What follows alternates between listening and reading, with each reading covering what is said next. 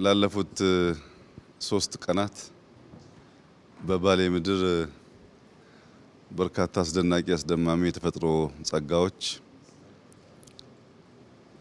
ስናይ ቆይተናል እና ዛሬ ዲስከስ እንድናደርግ የፈለኩት ብዙ የሚያስቆጭ ነገር እንደሚሰማችሁ አልጠራጠርም።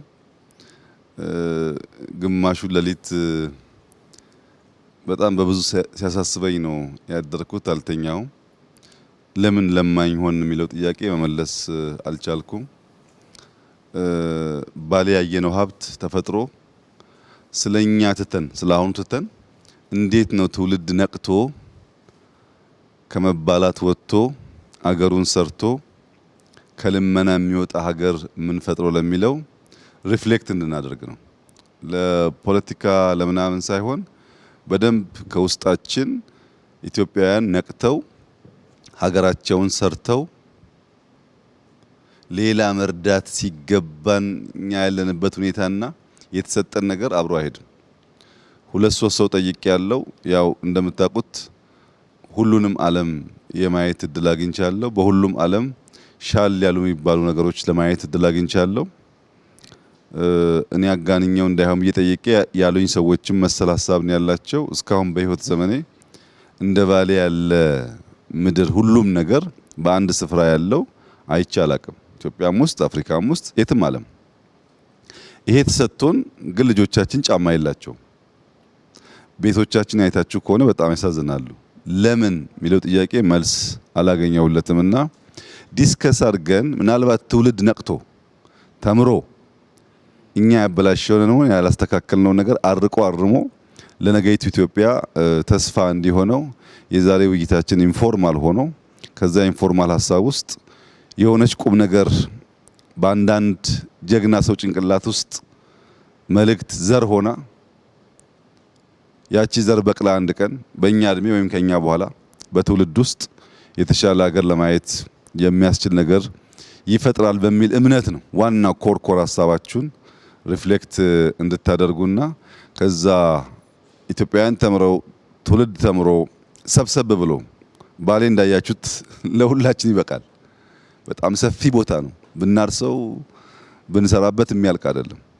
ካለንበት ሁኔታ ወጥተን እንዴት ነው ሀገር ሰርተን በጋራ የምንኖረው የሚለውን ነገር ሲኒየር አመራሮች አላችሁ፣ ወጣቶች አላችሁ፣ ከተለያየ ፐርስፔክቲቭ የተሰማችሁን እውነተኛ ስሜት ሪፍሌክት በማድረግ ሌሎች ሰዎች ተምረው እንዲነቃቁ፣ እንዲሰሩ፣ እንዲበረቱ ሀገር ጥሎ መሰደድ ሳይሆን ወደ ሀገር መሰደድ ሀገርን ወደ ማወቅ እንዲመለሱ የሚያደርጉ ሀሳቦች እንደሚፈልቁ መተማመን ነው።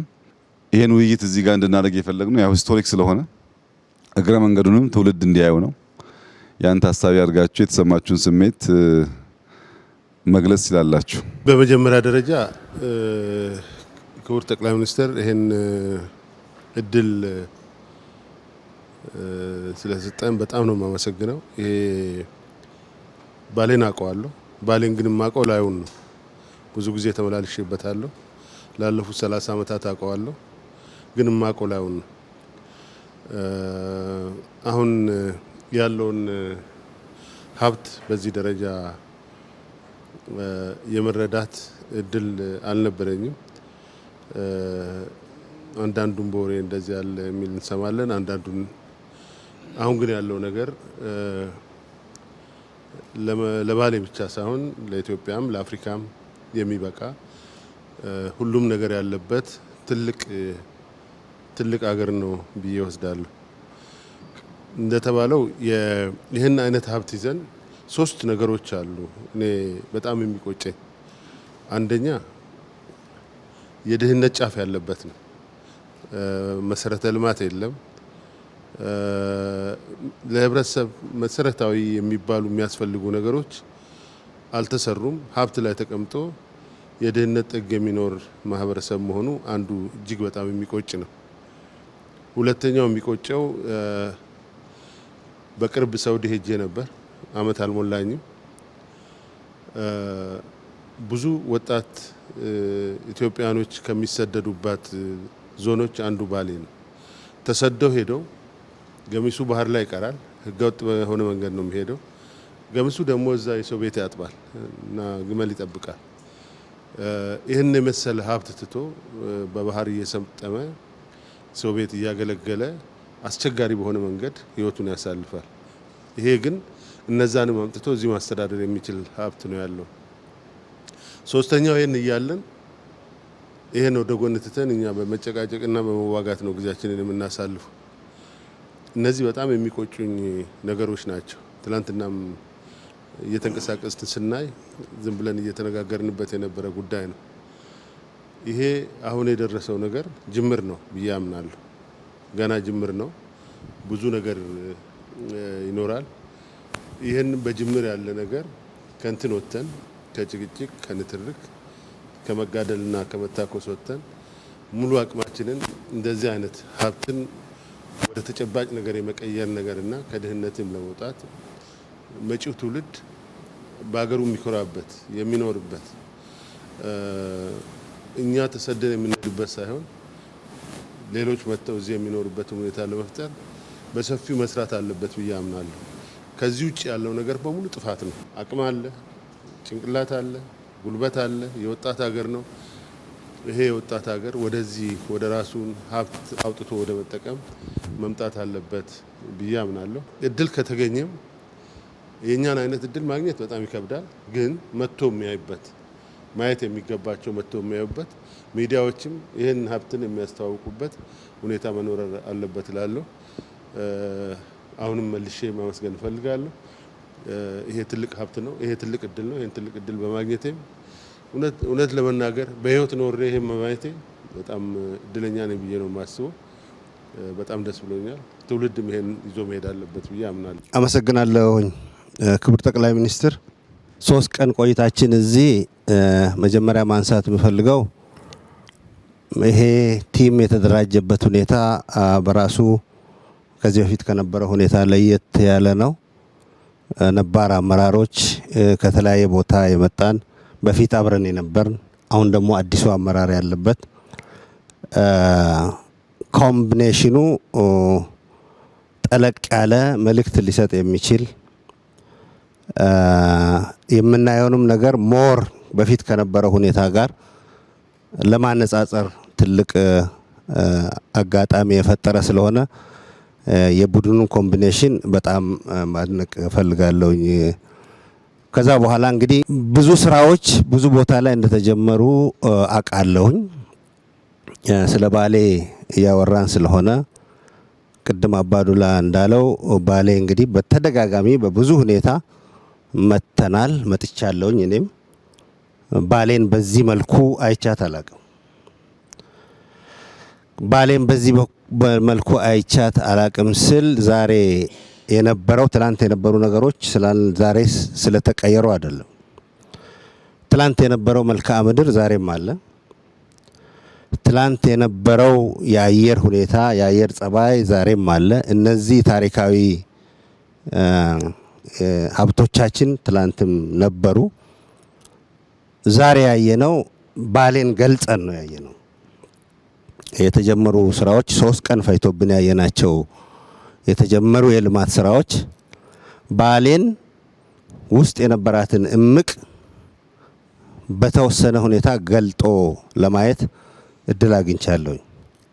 ይሄ ዋናው ነገር ነው። ቅድም እርሶ ካነሱት ከድህነት ጋር ተያይዞም ያለንን ሀብትና ያለንን ፖቴንሻል አቅም ገልጦ የማየት አቅም ነው የነበረን ችግር። ዋናው ይሄ የሊደርሺፕ ችግር ነው። የሊደርሺፕ ሁኔታ ነው ብዬ ነው የምወስደው። ትላንት የነበረን ዛሬም ያለን ነገም የሚኖረን በደንብ ወደ ውስጥ ገልጠን ካየን ያለን ሀብት ለሀገራችን ይሆናል፣ ለባሌ ይሆናል፣ ለኦሮሚያ ይሆናል፣ ከዛ በላይ ደግሞ ለመላው ሀገራችን ይሆናል። ስለዚህ ዋናው ነገር ያለንን ነገር በቅጡ መገንዘብና መገንዘብ ብቻ ሳይሆን በዛ ላይ ተመስርቶ ወደ ስራ ወደ ውጤት ህዝቡ ተጠቃሚ እንዲሆን የማድረግ ቅድም ስለ ወጣቶች ተነስቷል። ወጣቶች ተጠቃሚ እንዲሆኑ የማድረግ እንደሰማሁት ይሄ አካባቢ ራሱ በሴፍትኔት ከዚህ በፊት የሚኖር አካባቢ ነው። አሁን በመሰረቱ ተቀይሯል። ግድቦች አይተናል። ሎጆች፣ የቱሪስት ቦታዎች ባሌ በፊትም የቱሪስት አካባቢ ነው። ግን ይሄ ሲጨመር ሊመጣ የሚችለውን ነገር በቀላሉ መገንዘብ ይቻላል። ግን ዋናው መተባበር፣ በጋራ የመስራት፣ በጋራ የማሰብና በጋራ በዚህ ላይ ይህንን ገልጦ የሚያይ የመሪነት ሚና አስፈላጊ ነው ብዬ ነው ማምነው። በጣም ደስተኛ ነኝ። አመሰግናለሁኝ። እኔም በጣም አመሰግናለሁኝ። እኔ መጀመሪያ ወደዚህ እንደዚህ ጉብኝት እመጣለሁ ወይ ሲባል ምን ኤክስፔክት እንደማድረግ አላቅም ነበር እና ያው ማየት ፈልግ ስለነበር እሺ አልኩኝ። እዚህ ከመጣሁ በኋላ ያየሁት ነገር ፈጽሞ ከገመትኩት በላይ ነው። ይሄ እንደዚህ አይነት ሁኔታ አያለሁ ብዬ አልገመትኩም ነበር። አንደኛ ከድሮ የስራ ጓደኞቼ፣ የትግል ጓደኞቼ ጋር አብረን ብዙ ጊዜ እንድናሳልፍ እድል አገኘሁ። ከረጅም ጊዜ በኋላ ባዱላን፣ አቶ ግርማን፣ እነ አቶ ጁነዲንን፣ ኩማን አላገኘኋቸውም ነበር። አሁን ሽመልስ አብሮን እያለ ብዙ ነገር እንድናወራ፣ ብዙ ነገር እንድናገር እድል ከፍቶልናል። በጣም ነው ደስ ያለኝ። ከዛ በላይ ግን ባሌ እኔም በወሬ አውቀዋለሁ ማለት እንደነ አባዱላ እንደነ ወርቅነህ አልተመላለስኩም። መከላከያ ያለሁ የተወሰኑ ቦታዎች መጣ ነበር። የዚህን ያክል ስፋት፣ የዚህን ያክል የመሬት ልማት፣ የዚህን ያክል የውሃ ብዛት፣ የዚህን ያክል ኢኮሎጂካል ዲፈረንስ ያለው አካባቢ ማንኛውንም ነገር ለመስራት የሚያስችል የተመቸ ሁኔታ ያለ መሆኑን አላቅም ነበር። የሶፍ ዑመር ዋሻ ሰማለሁ በወሬ 15-20 ኪሎ ሜትር ርቀት ያለው የዋሻ ውስጥ ሰፈር እንዳለ ግን አላቅም ነበር። የተወሰነ ዋሻ ነበር የሚመስለኝ። አሁን ደግሞ አደረጃጀቱና ስርዓቱ ለወደፊትም እየቀጠለ ይሄዳል። ግን በጣም በሚመች መንገድ እየተዘጋጀ ያለ መሆኑን ያየሁት። በ10 ሺዎች የሚቆጠር ሄክታር መሬት ለምቶ በባሌ ውስጥ ያሉት ከባሌ ተራራ የሚመነጩት ወንዞች ለማንኛውም ልማት እየተዘጋጁ መሆናቸውን ስታይ የሚያጭረው ተስፋ በጣም ትልቅ ነው። በጣም ትልቅ ነው። ትንሽ እንትን አይደለም። በመቶ ሺዎች የሚቆጠሩ ሄክታሮች ናቸው እየለሙ ያሉት እና ይሄ ለኔ በጣም ትልቅ ተስፋ ነው የሚሰጠኝ። ይሄ ከመሬት በላይ ያለው ሀብት ነው። ይሄ ከመሬት በታች ያለው ሀብት ገና አልታየም እና ሰላማችንን ጠብቀን እየተቻቻልን የፖለቲካ ስርዓታችንንም አስተካክለን ችግር በሚፈታ መንገድ ከሄድን በጣም በጣም ብራይት የሆነ የወደፊት እድል እንዳለን ነው እያሳየኝ ይሄድ ያለው። አሁንም ሙሉ በሙሉ ከችግሮቻችን እንዳልወጣን አውቃለሁ። ችግሮች እንዳሉ አውቃለሁ። እነዚህ ችግሮች የፖለቲካ ስርዓታችንንም በማስተካከል እየተቻቻልን እኔ ያልኩት ብቻ ይሁን ሳንል የራሳችንን ጉዳይ ሳፕረስ አድርገን ለሀገር የሚጠቅም ነገር በመስራት እንፈታቸዋለን። ከዚህ ጎን ለጎን ደግሞ የኢኮኖሚ ሁኔታ እየተሻሻለ ሲሄድ የፖለቲካ ስርዓታችንን የበለጠ ያጠናክረ ይሄዳል የሚል ተስፋ እንዲይዝ ነው ያደረገኝ። ይህንን ሳይ ተስፋውን አያለሁ። አሁን ያለውን ተጨባጭ ፕሮብሌምም አውቃለሁ አያለሁ። እነዚህን ሁኔታዎች መፍታት እርጀንሲ ያለው ጉዳይ እንደሆነ ይሄ ስራም እነሱን ከመፍታት አንጻር ቀላል ያልሆነ እርምጃ ወደፊት እንደሚወስደን አስባለሁ። ያም ሆነ በጣም ነው የማመሰግነው ወደዚህ በመምጣቴ። የድሮ ጓደኞቼን የስራ ጓደኞቼን በማግኘቴ በጣም ደስተኛ ነኝ። እንደ አቶ ሽመልስ ያሉ ወጣቶች ጋር ደግሞ በደንብ ማውራታችን በጣም ደስተኛ ነኝ። እንደዚህ አይነት ዩኒክ ስብስብ ያለፈውንም እያወራህ የሚመጣውንም እያሰብክ መሄድ የሚያስችል ሪትሪት አይነት ልበለው መዘጋጀቱ በጣም ትልቅ ነገር ነው የሚል እምነት አለኝ። ከመጠን በላይ አመሰግናለሁ። ክቡር ጠቅላይ ሚኒስትር፣ ከመደበኛ የዕለት ተዕለት ስራችን ወጥተን ብዙዎቻችን በተግባሩ ላይ ያልተሳተፍን እርስ በርሳችንም እንድንገናኝ እድሉ ተሰጥቶን እዚህ በመገኘታችን በጣም አመሰግናለሁ። በፌዴራል መንግስት በእርሶ የሚመራ ኢኒሼቲቭ እና በክልሉ የተሰሩት ብዙ ስራዎች ከገመትኩት በላይ ናቸው። እውነቱን ለመናገር ከገመትኩት በላይ ናቸው። በልጅነት እኔ ባሌ ጠቅላይ ግዛት ይባል ከነበረበት ዘመን ነው ማውቀው እና በኢትዮጵያ ውስጥ መረጃዎች ወስጄ ሳሰላ አሁን ባሌ ሁለቱ ባሌዎች አንድ ላይ የአጠቃላይ ኢትዮጵያ 3.9% ነው በቆዳ ስፋቱ። ይህንን የሚያክል የአገሪቱ ክፍል እኔ በማውቀው ዘመን መሀል ካለ ልማት ተነጥሎ ምንም አይነት ይሄ ነው ተብሎ ሊጠቀስ የሚችል የልማት እንቅስቃሴ ያልነበረበትን ዘመን ሳስብ በእውነቱ ለአገሬ አዝናለሁ።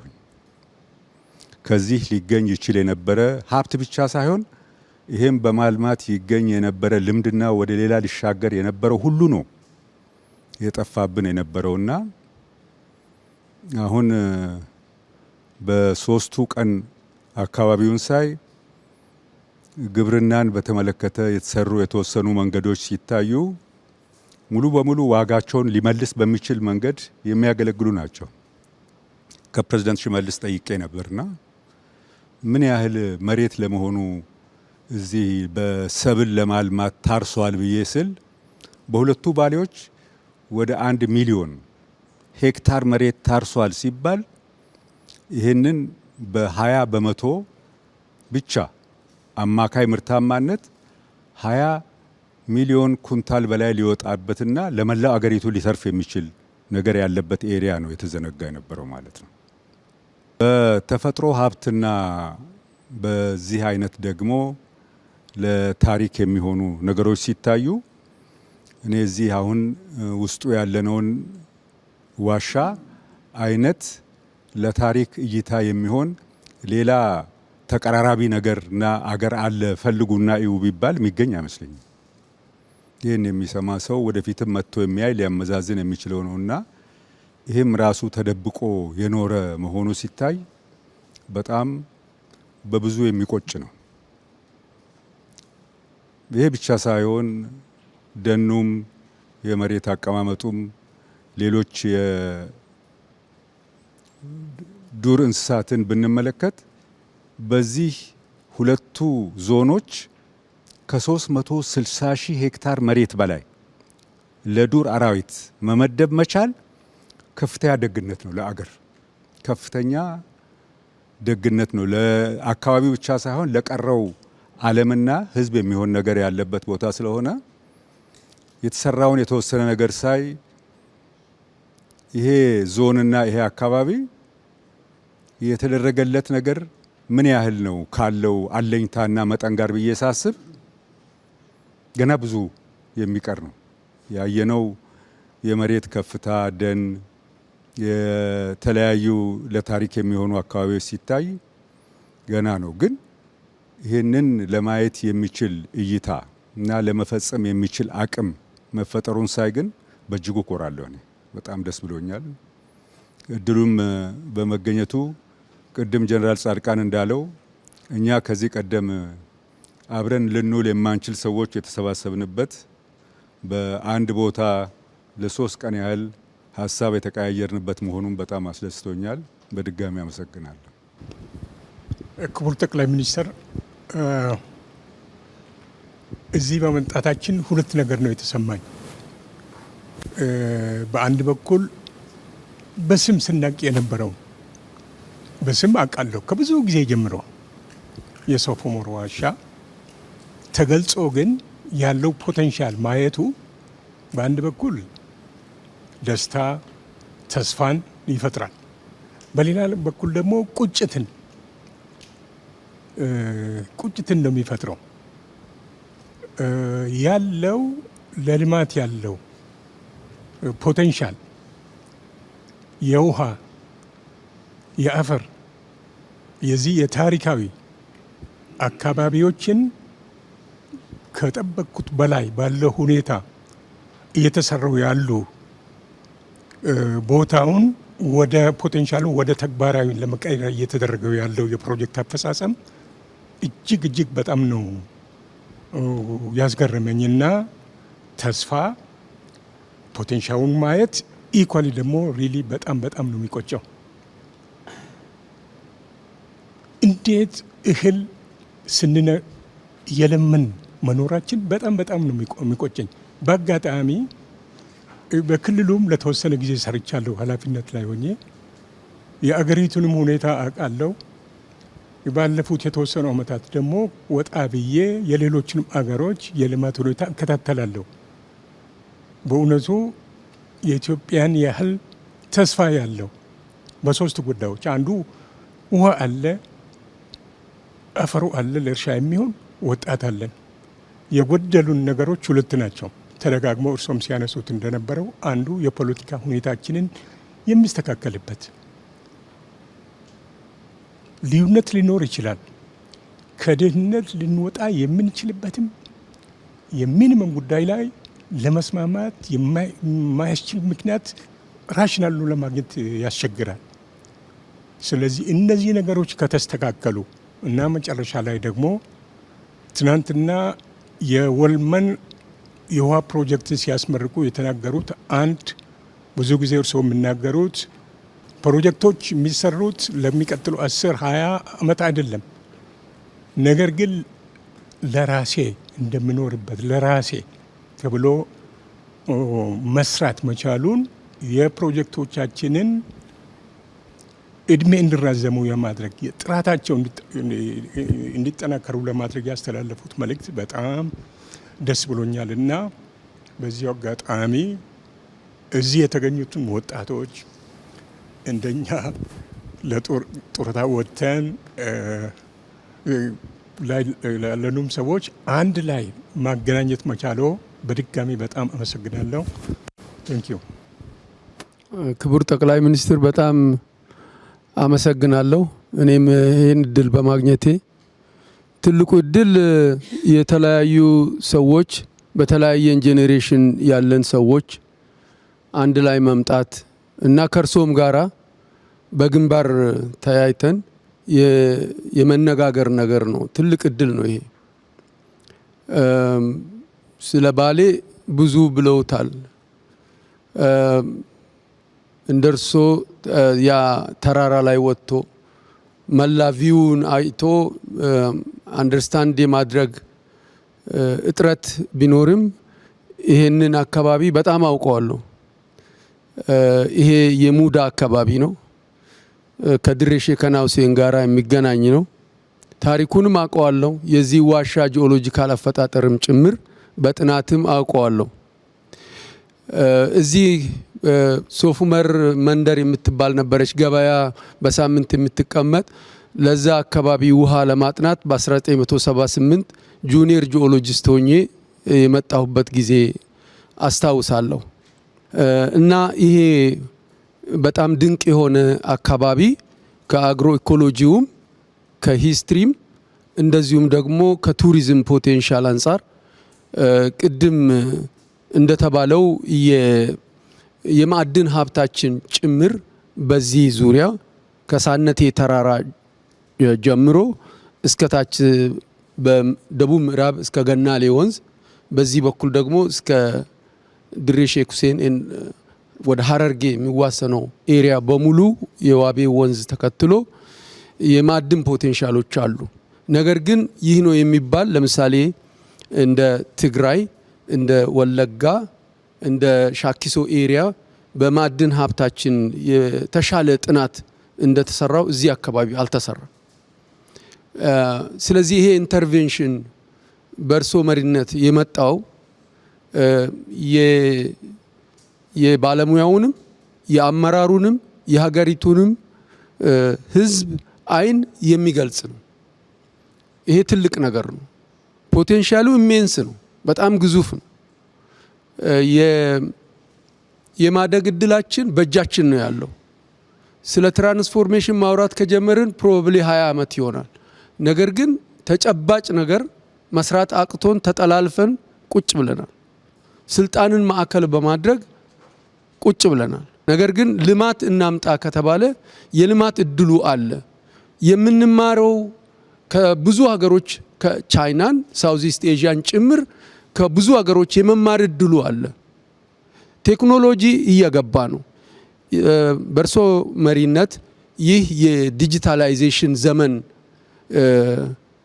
የመስፈኑ ጉዳይ በቀላሉ የሚታይ ሰው ፎር ግራንትድ ይወስዳል። እኔ ግን እንደዛ አላየው። በጣም ነው የሚገርመኝ። ነዳጅ ስንቀዳ ድሮ በጣም እንቸገር ነበር። በጣም ብዙ ለውጦች አሉ። ግን ኩሙሌቲቭሊ ኦቨርአርቺንግ ቪውን አስቦ የማየቱ ጉዳይ በጣም ትልቅ ነገር ነውና አሁን ሱፊያን ያለው ላይ ትንሽ ነገር ለመጨመር የኛ ሀገር ፖቴንሻል ያለው ልክ ሎ ሃንጊንግ ፍሩት እንደሚባለው እርሻ ላይ ነው። የመጀመሪያው እርሻው አልተበላም። አፈሩንና ውሃን ማገናኘት ተጀምሯል። ዌልመን ላይ ትላንትና እርሶ እንዳስመረቁት ፕሮጀክት የምናየው የመጀመሪያው ትልቁ ኢሪጌሽን ነው የሚመስለኝ። አላቅም ሌላ ቦታ እኔ ሚስ ያደረግኩት ካለ አላቅም እንጂ በ10 ሺዎች የሚቆጠር ሄክታር መሬት ከአንድ ሶርስ የማልማት አቅም ተጀምሯል። ይሄ በብዙ 10 ሺዎች የሚቆጠሩ ሄክታር መሬቶችን የማልማት አቅማችን ትልቅ ነው። ኤክስፖርት ለማድረግ እድላችን ይጨምራል ማለት ነው። ይሄ ማለት የሀገሪቱን የውጭ ምንዛሪ ፍላጎታችንን ይጨምራል ማለት ነው እና ኢንዱስትሪያላይዜሽንም ከኛ የራቀ አይደለም፣ ከዚሁ ጋር የሚያያዝ ነውና እኔ በጣም የሚደንቀኝ ሳነቴንም ብዙ ጊዜ ተመላልሼበታለሁ። የእርሶ እይታ በጣም የተለየ ነው። ውበትን ብቻ ሳይሆን መሬታችንን፣ ጋራዎቻችንን፣ ደኖቻችንን ገልጠን እንድናያቸው ለመጪው ትውልድም እያስተማሩ ነው ያሉትና ይሄ በጣም ትልቅ ነገር ነው። ህዝቡም በዚህ ላይ መረባረብና ወደ አንድ ሴንተር ኦፍ ግራቪቲው ተፈጥሯል።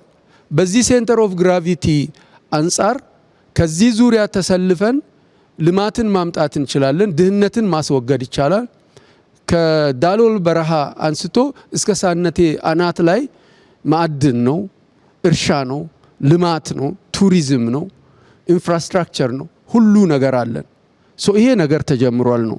ስለዚህ ይሄ የተጀመረውን ነገር ሳናደንቅ ወደ ሌላ ነገር ማሰብም አንችልምና ማመስገንም ለሰሩት እና እኛ በእድሜ ከርሶ በፊት ሆነን በሀገሪቱ በመላ ስንዞር ያላየነውን ነገር የማየት አቅም በመፍጠሩ በጣም ላመሰግን ወዳለሁ። አመሰግናለሁ። እሺ፣ አመሰግናለሁ ክቡር ጠቅላይ ሚኒስትር። እኔም ከባሌ አንዱ የገባኝ ምን ያክል በተቃርኖ የተሞላን መሆናችንን የሚያሳይ ነገር አለው። የባሌም ብቻውን ወስዶ ኢትዮጵያን በሙሉ መቀለብ ከኢትዮጵያ ደግሞ የሚትረፈረፍ ሀብትን ለሌሎች ጉዳዮች ማዋል የሚቻልበት አቅም እንዳለ አየን። በሌላ በኩል ደግሞ እዚሁ ትላንትና በመረቅነው ፕሮጀክት የዚህ አይነት ጸጋ የተረፈረፈ ጸጋ ላይ የተቀመጠ ሀገር እና አካባቢ አንዱ ገጽታው ሴፍትኔት ለዘመናት ያገኝ የነበረ መሆኑን አየን።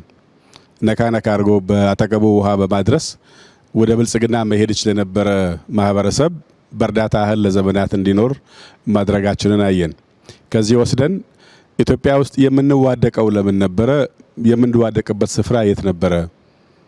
ለስልጣን የሞትንበት የታገልንበት አሁንም ግማሹ ጫካ ቢገባበት ምክንያት ምን ልንሰራበት ነበር ታዲያ የሚያስብል ነገር ያስነሳል። የባሌ ምን ከመጣሁበት አካባቢ ጋር የሚገናኝ ከእምነትም ጋር የሚያዝ ትስስር ስላለው ከአናጂና ጋር ተያይዞ ስለ ባሌ አውቃለሁ።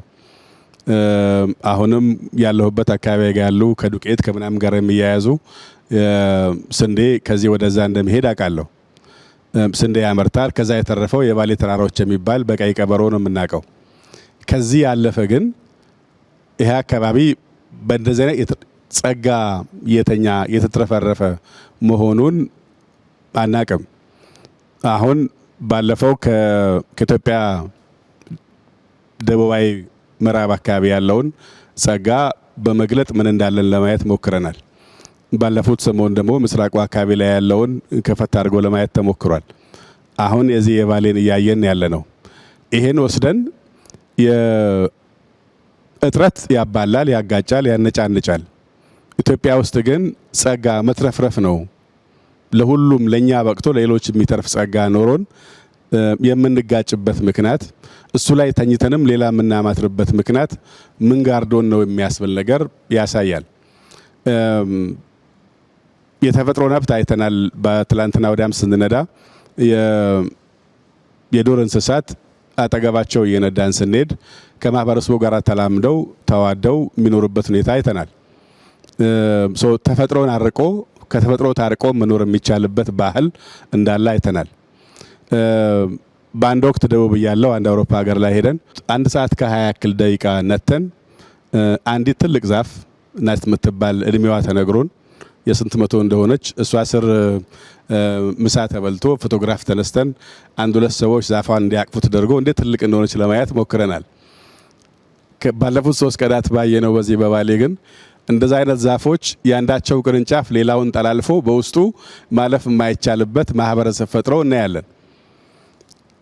ለሌላው አንድ የሚያያት ነገር ብርቅ ነገር እሷን አዋዶ ወዶ አድንቆ መሸጥ የሚቻልበት ነገር እያለ እኛ ራሳችንን ለማወቅም ለመፈለግ ያወቅነውን ማድነቅም ለመፈለግ እሱን ለማልማትም ያልፈለግንበት ምክንያት የትኛውን ኢትዮጵያ ነበር ታዲያ የወደድናት የሚያስብል ጥያቄ ያስነሳል። ይሄን ካየን የድህነታችን በውሳኔያችንና በፈቃዳችን ላያችን ላይ የጫነው እንደነበር የሚያሳይ ነገር አለው። በዚህ ብቻ አይደለም። የባሌ አሁን ያየነው በበርካታ የሀገራችን አካባቢዎች ላይ ኢትዮጵያን ገልበጥ አድርጎ ማየት አዲስ አበባ ራሱን ጨምሮ የገጠር ነዋሪዎችን ጨምሮ የምናይበት መንገድ ከተለመደ ወጣ ባለ መንገድ ማየት የሚቻል አዲስ እይታ ያለው መሪ መኖር ያመጣው ለውጥ መሆኑን እናያለን። ይህን ደግሞ የዛሬ 50 የዛሬ 100 ዓመት ጀምር ነው ቢሆን ኖሮ አሁን በአጭር ጊዜ ውስጥ እርዳታ እንጀምር ተብሎ ፕራይም ሚኒስትሩ ኢንትሮዱስ ከሚያደርጉት ተስፋ ጋር ተያይዞ ድሮኑ እርዳታ መስጠት ምንችል ሀገር መሆን እንችል ነበር። ከዚህ ሀገር ሰው የሚወጣበት ሳይሆን ዓለም ያውም ከተሰጠን የአየር ሁኔታ የአየር ጸባይ ሁኔታ ጋር ተያይዞ ዓለም ኢትዮጵያ ውስጥ እየጎረፈ መኖር የሚችልበትን ሀገር ማድረግ እንችል ነበር። ከዚህ ጋር ተያይዞ አሁን የተፈጠረው አዲስ ለውጥ አዲስ እይታ የት ነበርንም ያስብላል፣ የት መድረስ እንደምንችልም ግን ያመላክታል። በዚህ ረገድ በተለየ መንገድ ሀገራችን እንድናቅ የጀመርንበት ሁኔታ ተስፋ ሰጪ መሆኑ ለዚህም የፕራይም ሚኒስትሩ የወሰዱት እይታም አቅምም አተያይም በጣም ጉልህ መሆኑ እድለኛ ነው ያደርገናል። አሁን እኛ የተጀመሩ ስራዎችን ጨርሰን አናቅም፣ ግን የተጀመሩት ስራዎች ታይተው ተረግጠው ታቅደው በጠቅላይ ሚኒስትሩ እየተበራሩልን ሄደን ያየነው እነሱንም ለማየት ግን ሄደን ትንሽ ስራ ፖይዞን ደክሞናል። ከመጀመሪያው አስቦ አይቶ አቅዶ ሰው አስተባብሮ እያንዳንዱን ፕሮጀክት ደግሞ እዚህ ብቻ አይደለም በምስራቅም በምዕራብም በደቡብ ምዕራብም በደቡብ ምስራቅም ያለውን ደግሞ በዚህ መንገድ ካየነው የምንወጣበት ከፍታ ትልቅ እንደሆነ ያሳያል። የነበርንበት ዘመን ግን በውሳኔያችን ድህነት ውስጥ እንድኖር በውሳኔያችን ተርፎን እያለ ግን እየተነጫነችን እንድኖር የሆንበት ምክንያት የባከነ ጊዜ ነው ብለን መቆጨትና ለቀሪው ግን ቢያንስ አሁን በቀረችን ጊዜ ያለችንን አቅም ሁሉም ሰው የሚሰራውን ላለማደናቀፍ ቢያንስ ማገዝ ካልተቻለም ላለማደናቀፍ መወሰን ከቻልን የባለፈውን ጊዜ ማካካስ የሚቻልበት እድል እንዳለን ማየት ይቻላል። የዚህ አካል በመሆኔም ትልቅ እድለኛ ነኝ። አመሰግናለሁ። በጣም አመሰግናለሁ። 3 ነገሮች ላይ ማተኮር ፈልጋለሁ። መጀመሪያ ምን እንደተሰማኝ የዚህ ክፍለ ሀገር ተወላጅ ነኝ። እዚህ ክፍለ ሀገር ተወላጅ እንደመሆኔ እዚህ እንደማደጌ አሁን ይሄን ሳይ ምን ተሰማኝ የሚለውን ነገር ማንሳት ፈልጋለሁ። ትላንት ያየነው ሀረና ብሉቅ አባቴ ታላቅ ወንድሜ ትግል ያረጉበት እኔ ከብት የጠበቅኩበት ቦታ ነው። የባሌ ደኖች የነጻነት ተዋጊዎችን ሽፋን በመስጠት ብዙ ዘፈኖች አሉ። እንደ አንድ ትግል አካል ነው የሚቆጠሩት እና ስናድግ ከዚህ ጋር ነው ያደግነው። አሁን ምን ተቀየረ ነው ወደዛ ነው የሚሄደው።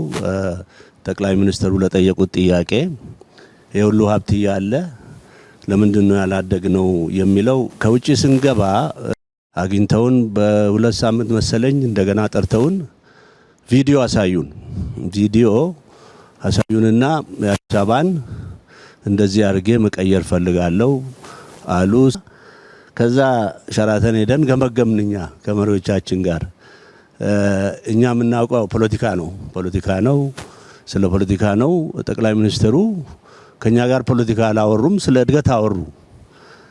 እና እኛ የምናውቀው ስንት ዓመት ያደግንበት ሰልፍ ተርሚኔሽን፣ ኢምፓየር፣ የኦሮሞ ነጻነት ምናምን ነው ሁሉ ትተው ስለ እድገት አወሩና ከዛ ወዲህ ሳይ ይሄ አቋማቸው ኮንሲስተንት ነው። እንግዲህ ከኛ በምንድን ነው የሚለየው? ከዚህ በፊት ከነበሩት መሪዎች የሚለየው ምንድነው? የእይታ ጉዳይ ነው። ማይንድሴት እሳቸው ማይንድሴታቸው ዴቨሎፕመንታሊስት ነው። ሀብት በመፍጠር እኔ ባሌን ዛፉን እንደ ዛፍ እንደኛ ድጋፍ እንጂ እንደ ሀብትም አይቼው አላውቅም። ሶፍ ዑመርም 8ኛ ክፍል የጂኦግራፊ አስተማሪ አምጥተው አሳይቶናል። ሀብት ይሆናል አይደለም አንድ የኢትዮጵያ አንዱ ወንደር የሚለው ነው እንጂ ሀብት ሆኖ የኢትዮጵያ እድገት አካል ይሆናል በሚል አላየንም። እና የተቀየረው ነገር እርሶ መጽሐፍ ቻፕተር 1 ላይ አለ። የኢትዮጵያ የመቆርቆዝ ትልቁ ፋክተር የእይታ ነው ይላል። እና ማይንድሴት ከሌለ ፓራዳይም ሺፍት አይኖርም። እኔ ብልጽግና ሲመሰረት እንዴት እንደተደሰትኩ ልነግራችሁ አልችልም። ያደኩበት ድርጅት በጣም ወደዋለሁ፣ አልዋሻችሁም። ግን አይ ዋንት ቱ ሺፍት ፓራዳይም ሺፍት ማድረግ ስለምፈልግ ከዘርፈ ብዙ የእድገት ፕሮግራም ነው የሚከተሉት። የእርሻ አለ፣ አርባን ትራንስፎርሜሽን አለ፣ የቱሪዝም አለ፣ የቴክኖሎጂ አለ። ይሄ እንግዲህ ትልቅ ፋክተር ነው። ካፒታል ክሪኤሽን፣ ካፒታል አኩሙሌሽን ላይ ነው ፎከስ የሚያደርጉት። ዚስ አር ዘ ቱ ኢምፖርታንት ፋክተር ፎር ትራንስፎርሜሽን። እና እኔ የቆረቆዝ ነው የእይታ ጉዳይ ነው። አሁን ከዛ ዲፓርቸር እያደረግን ያለነው ማይንድ ሴት ነው። ይሄን ደግሞ አይዲዮሎጂ ማድረግ አለብን። የህዝቡ አይዲዮሎጂ፣ የታጋዮች አይዲዮሎጂ፣ የቢሮክራሲው አይዲዮሎጂ ማድረግ አለብን። የመፍጠር የመፍጠን ሰርቪስ የማድረግ ይሄን ካረግን ትልቅ ነገር ማድረግ እንችላለን የሚል ነው። ሌላው እኔ ኦብዘርቭ አድርጌ ያለው እዚህ ውስጥ ያላችሁትን ኦልሞስት ከሁላችሁም ጋር በቅርበት እንደ ጓደኝነት ነው የምናወራው። በጋራ ያለን ነው የሚበዛው። ከዲፈረንሱ ይልቅ በጋራ ያለን ነገር ይበዛል። በት አት ዘ ሴም ታይም ኮንፍሊክት የምንገባበት ምክንያት ሜቢ ታይም ወስደን ዴሊብሬሽን ጠቅላይ ሚኒስትሩ እሳቸው አጠገብ ስለነበርኩ ያ በር ያልተከፈለለት ሰው አልነበረም። እዛ ቤት ያልመጣ ፖለቲካ መሪ፣ እዛ ያልመጣ የሃይማኖት መሪ አልነበረም። በት ያንን ኦፖርቹኒቲ የተጠቀመ አለ፣ ያልተጠቀመ አለ። እና እኔ ትልቅ ተስፋ ነው የሚታየኝ። ትልቅ ስቴት ትራንስፎርሜሽን እየዞረ ነው ይዞራል። ኢትዮጵያ ትቀየራለች የሚላለኝ። ሁላችሁንም ስላገኘኋችሁ ደስ ብሎኛል። አመሰግናለሁ። ክቡር ጠቅላይ ሚኒስትር፣ የዛሬ 7 ዓመት 6 ዓመት ባሌ ደጋግሞ ይዞን ሲመጡ የነበረው ነገር ከፍተኛ ቁጭት ነው የነበረው። አንዳንዴም ከቁጭቱ ያለፈ ደግሞ ቁጣዎችም ነበሩ። ዛሬ ላይ ቆሜ ሳየው በዚህ አጭር ጊዜ ውስጥ ይሄ ሁሉ ነገር ተቀይሮ ካለፈው አንጻር ሳየው ከፍተኛ ርቀት የመጣንበት፣ እሱንም የሚሰማኝ ስሜት እጅግ በጣም ደስተኝነት ነው። የታሰቡ ነገሮችና ደግሞ ከዚህ ተነስቶ ወደፊት የሚመጡትን ነገሮች ደግሞ ኢማጂን ሳረግ እጅግ በጣም ከፍተኛ ደስታ ይሰማኛል። የመደመር ትውልድ መጽሐፍ ሲመረቅ ሶፍ ዑመርን እንደ ዲቨሎፕመንት ሴንተር ተወስዶ እዛ እንዲጀመር ክቡር ጠቅላይ ሚኒስትር መመሪያ ከሰጡበት ጊዜ ጀምሮ ከፍተኛ ስራ የተሰራበት ያ የነበረው ቁጭትን የሚያርም የመደመር ትውልዱ ደግሞ አዲስ መንገድ የሚከፍትበት ህዝቡም ከነበረበት ድህነት፣ ኋላ ቀርነት ከሴፍቲኔት የሚላቀቅበት ኢንቴግሬትድ የሆኑ ቅድም እንደተገለጸው በግብርናም፣ በማዕድን፣ በቱሪዝም አልፎም ደግሞ በአርባን ዲቨሎፕመንት ሰፋፊ ስራዎች የተጀመሩበት ህዝቡ ላይም ሁላችንም ላይ ከፍተኛ ተስፋ የፈጠረበት ለኢትዮጵያም ትልቅ ጉልበት እንደሚሆን የታየበት ነውና ያ ቁጭት በጣም ኢንቴግሬትድ የሆነ ራዕይ አስቀምጦ ከዛ ራዕይ ደግሞ ማዕከል ተደርጎ ሀሳቦች ዲቨሎፕ ተደርጎ ከዛ ሀሳብ ወደ ተግባሩ መልሶ ሀሳቡን ያዳበረበት እና ከፍተኛ ውጤት የተገኘበት ነው ያየነው።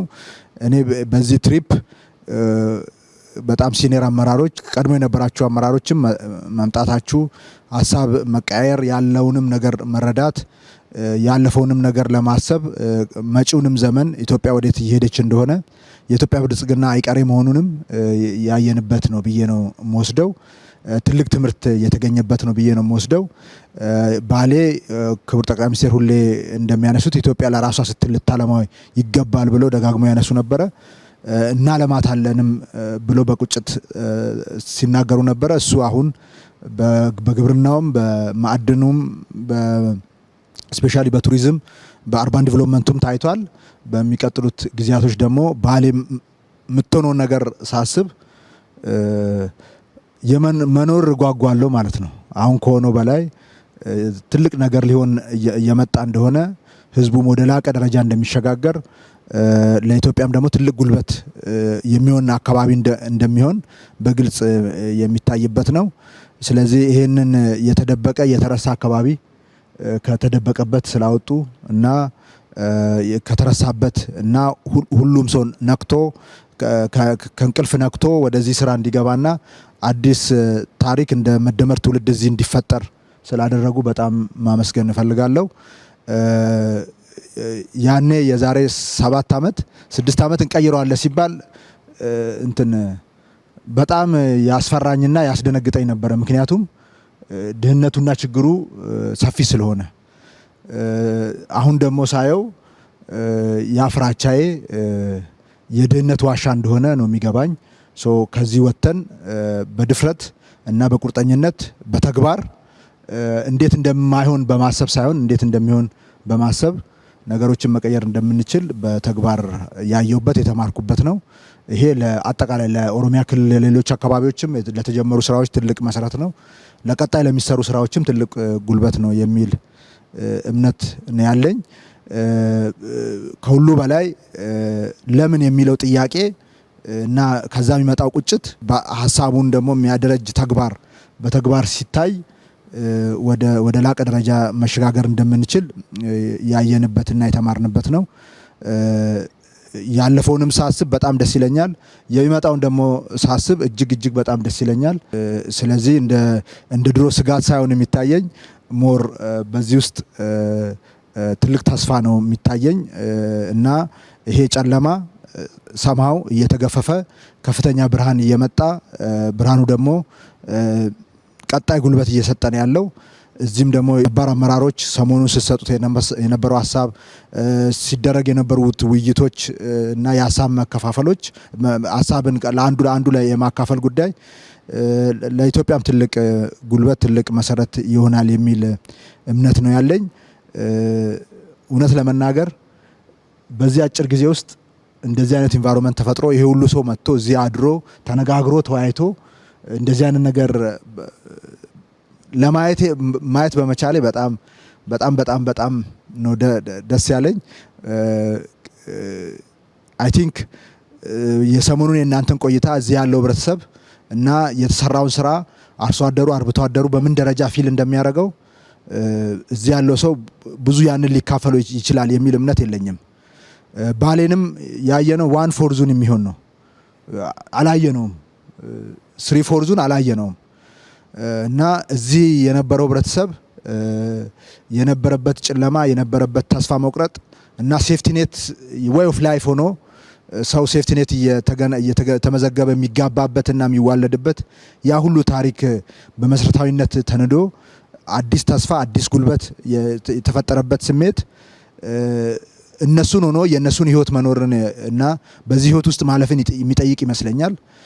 ስለዚህ ያንንም ስሜት ሳስበው በጣም ጉልበት ይሰጠኛል እና እጅግ በጣም ደስ ብሎኛል እውነት ለመናገር። አመሰግናለሁ። ክቡር ጠቅላይ ሚኒስትር፣ እኔ 3 ነገሮች ነው ማንሳት እንፈልገው። መጀመሪያ እንኳን ወደዚህ መጣን። እኔ ባሌ የመጨረሻ የመጣሁት 13 ዓመት በፊት ነው። ባሌ ጂኦግራፊ ነው ለኛ መልክዓ ምድር ነው እንጂ ሌላ ነገር የለውም።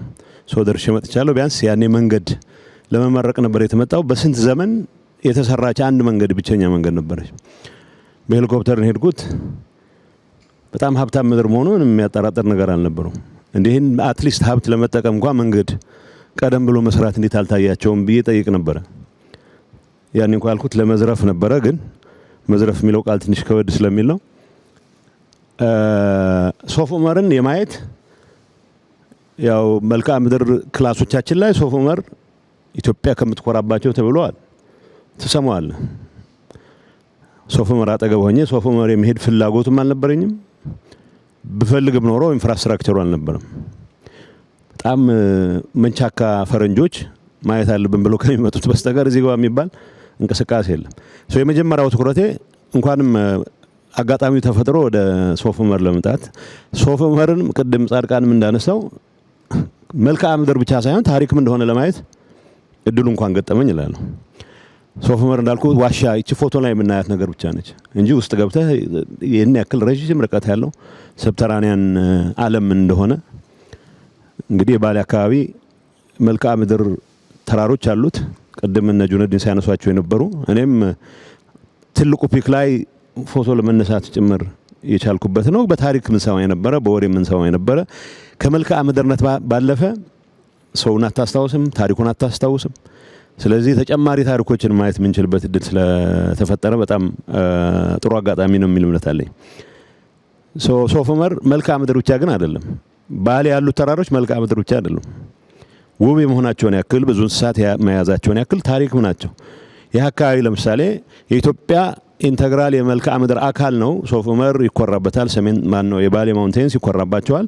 ግን ደግሞ እዚህ አካባቢ ከ1000 ዓመት በፊት ጀምሮ ከሙሉ ዓለም የተሰባሰቡ የእስልምና ምሁራን ትምህርት ይቀስሙበት የነበረ አካባቢ መሆኑን ማንም ሰው አስተውሶ አያውቅም። የታሪካችን አካል አድርገንም ተንትነነው አናውቅም። በጂኦግራፊ የምንኮራውን ያክል ታሪኩም አካላችን ነው ብለን አስበን የምንችልበት አጋጣሚ ነበር ወይ? ቅድም እንደተነሳው ለጂኦግራፊ ያለን ፍቅር ኢትዮጵያም ሆነ ሂማሊያስ ሆነ ብዙ ላይቀየር ይችላል። እዛ ውስጥ ያለው ታሪክ ግን የኛም ታሪክ አካል ነው ብለን ባሰብን ቁጥር ነው የበለጠ አታችመንታችን የሚጠነክረውና ከመልክዓ ምድር ወጥተን ታሪኩንም ጭምር ለማየት አጋጣሚ ስለፈጠረ ከሶፍ ዑመር ጀመርን እንጂ ያየናቸው አካባቢዎች ውስጣቸው ብዙ ታሪክ ያዘሉ ናቸው። ይህንንም ለማየት እድሉ ስለገጠመን አይ ቲንክ ጥሩ አጋጣሚ ነው የሚል እምነት አለኝ። ከሌሎች ጋር መገናኘት እኔም ያስደስተኛል። ቅድም አባዱላ ሲያነሳ ተመላልሻለሁ ይላል። ጁነዲንም ተመላልሸ ሁሉም እዚህ ይኖሩ ነበረ።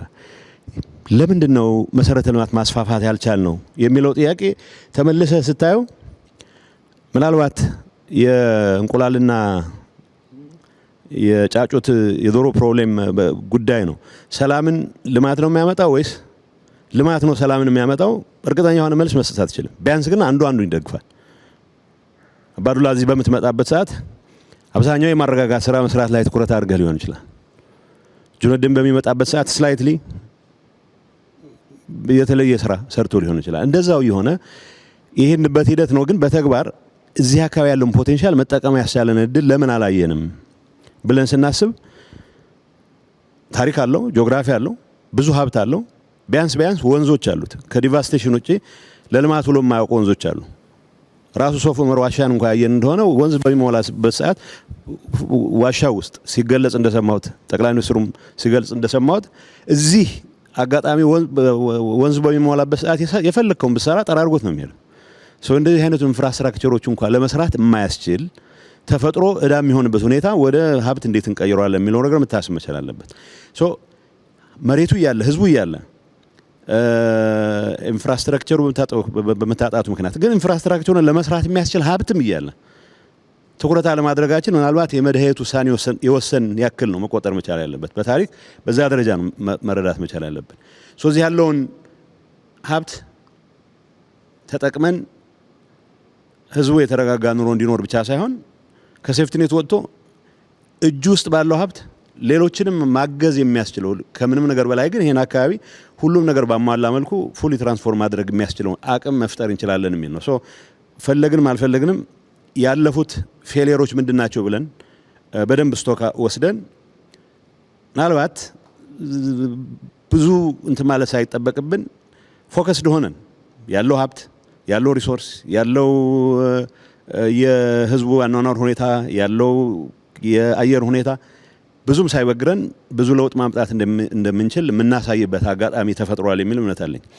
ስናት አባውት ባሌ አሁን የምናወራው ስለ ባሌ አይደለም። ታሪካችን፣ መልክዓ ምድራችን፣ የቱሪስት መስህቦቻችን እርስ በርስ ያላቸው ግንኙነት እንደ ሀገርም ሊኖረን የሚገባው ግንኙነት የሚጠቁሙ ናቸው። የባሌ ተራራዎችን የሚጎበኙ ሰዎች የቱሪስት ዴስቲኔሽንም ስለሌላቸው አንድ አካባቢ ነበር ማቀው የመጨረሻ የማስታወሰው አንድ ጡረተኛ ኮሎኔል የሰራው እንትን ነበር። እሱም ለማግኘት ራሱ ቦታውን ለማግኘት ረጅም ጊዜ ነው የሚወስደው። በዛ ላይ በደንባራ በቅሎ እንደሚባለው የቱሪስት ዴስቲኔሽን የማየት ፍላጎት ብዙም ባልዳበረበት ኮንቴክስት ውስጥ ረጅም ጊዜ ወስደህ ቀጠሮ ይዘህ የምትሄድባቸው አካባቢዎች ብቻ የነበሩበት አንድ አካባቢ ብቻ የነበረበት ሁኔታ ብዙ ችግር ይፈጥራል። እዚህ ብቻ አይደለም እንደተባለው ነው። ትግራይ ስትሄድ የቱሪስት ዴስቲኔሽኖች የሉም። አማራ ክልል ያሉ የቱሪስት መስህቦች ሌሎች አካባቢዎች በተፈጥሮ በታሪክ በባህል በጣም ሪች የሆኑ አካባቢዎች በዚህ ደረጃ የቱሪስት ዴስቲኔሽኖች እየተሰራ እየተጠናከረ በሄደ ቁጥር አንድ ቱሪስት አንድ አካባቢ ብቻ አይደለም አይቶም የሚመለሰው ሌሎች አካባቢዎችንም ማየት የሚያስችለውን ፓኬጅ ቀርጾ መንቀሳቀስ የሚችልበት እድል ይፈጥራል። እዛው ያለ በተለያዩ የአገሪቱ ክፍሎች መካከል ያለው ግንኙነት የጂኦግራፊ የመልክዓ ምድር ብቻ ሳይሆን የታሪክም የባህልም የፖለቲካም የመተባበር የሚሆንበት እድል በጣም ያሰፋል። እንደ ሾኬዝ ማድረጊያ አይ ቲንክ ባሌ ውስጥ ለብዙ ዓመታት ጠቅላይ ግዛት ሆኖም ክፍለ ሀገር ሆኖም ዞን ሆኖም የታጡ እድሎች በአንድ ላይ ተሰባስበው መፈጠር የሚችሉበት የቱሪስት ዴስቲኔሽኖች የሚዳብሩበት ባሌ ሶፍ ዑመር ሌሎች አካባቢዎችም ከመልክዓ ምድር በላይ ታሪክ እንዳላቸውም ጭምር የምናይበት ከዛ አልፎ ግን በምግብ ራስ መቻል ብቻ ሳይሆን ለየት ያለ ኢኮኖሚክ ትራንስፎርሜሽን ለማምጣት የሚያስችል አቅምም በተግባር የምናረጋግበት አጋጣሚ ስለሆነ ይህንን ማድረግ ለቻላችሁ ሁሉ ድሮ የጀመራችሁ አላችሁ፣ ያስቀጠሉት አሉ። አሁንም ወደፊት ለመውሰድ በሚደረገው ጥረት ውስጥ ሙሉ ጊዜያቸውን እያባከኑ ያሉ ሁሉም አመራር ያሉ ሰዎች በዚህ ስራ መኩራት ያለባቸው ይመስለኛል። ግን የተሟላ ስራ ሊሆን አይችልም። በሂደት እየተጠናከረ ሌሎች የሚማሩበት እንዲሆን ከማድረግ አንጻር ግን እነኚህ ነገሮች ለዚህ አካባቢ ዩኒክ የሚሆኑ ነገሮች የመኖራቸውን ያክል ሌሎች አካባቢዎችም ሪፕሊኬት ሊደረጉ የሚችሉ ነገሮች እንዳሉ ታውቆ ልማቶቻችን የቱሪስት መስህቦቻችን ሰላማችንን የምናረጋግጥባቸው ሰላማችን በማረጋገጥችን ምክንያት ደግሞ ሌሎች ተጨማሪ አጋጣሚዎችን የምንገነባባቸው እንዲሆኑ ሁላችንም መስራት አለብን የሚል መልእክት ለማስተላለፍ ነው። በዚህ አጋጣሚ ሸንቀጥቀጥ ለማለት የሚያስችለን ያቃሰትን ቢሆን ብዙ ጋራ ለመውጣት ስላስገደዱን በዚህ አጋጣሚ ማመስገን ፈልጋለሁ። ሌሎች አጋጣሚዎችም ተጠቅመን መወያየቱ ብቻ ሳይሆን አገር ምን አለው ብሎ ለማየት የሚያስችለውን አጋጣሚ መጠቀም መቻል መልመድ አለብን የሚል እግረ መንገድ መልእክት ማስተላለፍ ፈልጋለሁ። አመሰግናለሁ። በመጀመሪያ ደረጃ ይሄንን እድል ስላመቻቻችሁልን እጅግ በጣም አመሰግናለሁ። አንዳንዶቹ ጓደኞቼ እንደተናገሩት እኔም ባሌ የመጣሁት ለመጀመሪያ ጊዜ አይደለም። በተለያዩ ጊዜያቶች መጥቻለሁ። ሶፍ ዑመርንም አይቼ አውቃለሁ፣ ሌሎችንም አይቼ አውቃለሁ። ግን በዚህ ስፋትና በዚህ ደረጃ አልተረዳሁም፣ አላየሁም።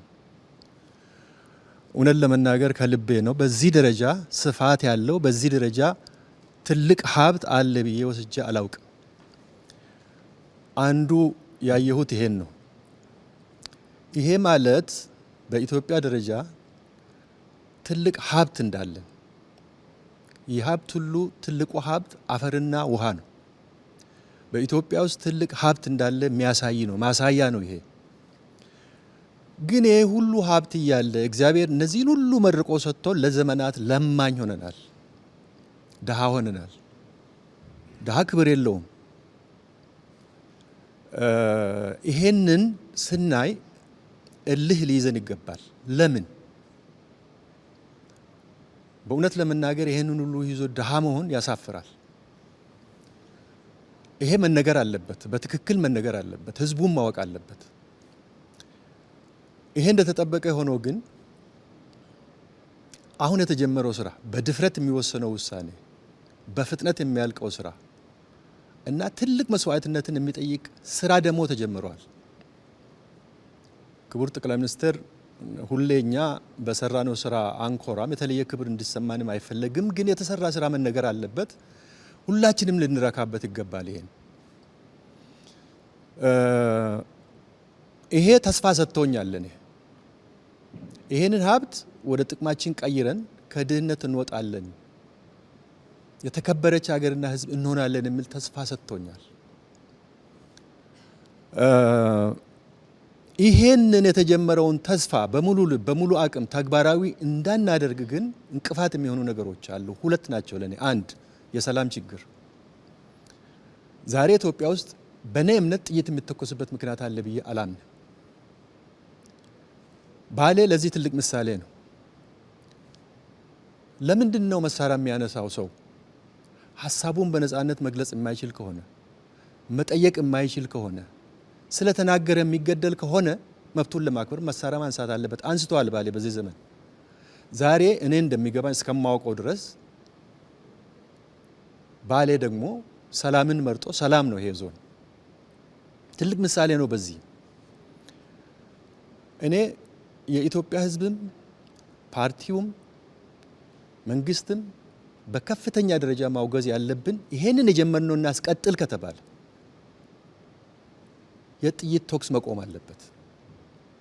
ይሄንን ህዝቡ በዋናነት መውሰድ አለበት ብዬ አምናለሁ። እሱ ከሆነች ሀገር ተስፋ አላት፣ ታሪካችን ይቀየራል። ስለዚህ አንዱ በዚህ አጋጣሚ መናገር የሚፈልገው ይሄንን ነው። በሁለተኛ ደረጃ የሚሰሩ ስራዎች ተጠናክሮ እንዳይቀጥሉ ከግራና ከቀኝ የሚመጡ አሉታዊ አስተሳሰብ፣ አሉታዊ ወሬዎች እርሶም ፓርቲውም ብዙ ለዚህ ቦታ የሚሰጥ አይመስለኝም። ከዚህ በላይም ቦታ መስጠት የለብንም ብዬ አምናለሁ። ምክንያቱም የሚታይ የሚዳሰስ ነገር ሌላ ትርጉም ስትሰጠው ታያለ። ይሄ ነው የሚጎላው። ይሄ አይጠቅምም፣ ለማንም አይጠቅም። መጨረሻ ላይ ማንሳት እንፈልገው ብዙ ጊዜ አንዳንድ ነገሮች ይጀመሩና እርካታ ይመጣል። ገና ነው ጅምሩ፣ ተስፋ አለው ብለን ስንል እርካታ ግን መኖር የለበትም፣ እንቅፋት ነው የሚሆነው። ገና ብዙ ነገር አለ፣ ገና ብዙ ፈተና አለ፣ ገና ብዙ መንገድ አለ። እሱን ላይ በግንባር ቀደምትነት እርሶ፣ ቀጥሎ ፓርቲው፣ ሌላውም አመራር ጉዟችን ረጅም ነው፣ ገና ብዙ ስራ አለን የሚል ስራ ለዚህ የሚያነሳሳ መሆን አለበት ብዬ አምናለሁ። አመሰግናለሁ። አመሰግናለሁ ክቡር ጠቅላይ ሚኒስትር። እኔ ይህንን እድል በመፈጠሩ በጣም ደስ ብሎኛል። ከዚህ ስብስብ የተማርኩት ይቺ ሀገር ምን ያክል እድለኛ ነች ብቻ ሳይሆን የዚች ሀገር አመራር አካል የነበሩ ሰዎች ተሰባስበው በእነሱ ጊዜ ምን እንደነበርም የሚያዩበት፣ አሁን ከነሱ በኋላ የመጣው መንግስት እየሰራ ያለውን ስራ ምን እንደሆነ እንዲህ በጋራ ሆነው ተሰብስበው ማየት የቻሉበት ሁኔታ ስለተፈጠረ እነሱ ብቻ አይደሉም ያሉት፣ ግን ያ ፓርት ብዙ ትርጉም ስላለው በተለይ ደግሞ ከሰሜኑ የሀገራችን ክፍል ለመጣን ሰዎች እንደዚህ አይነት ነገሮች የሚታወቁ አይደሉም።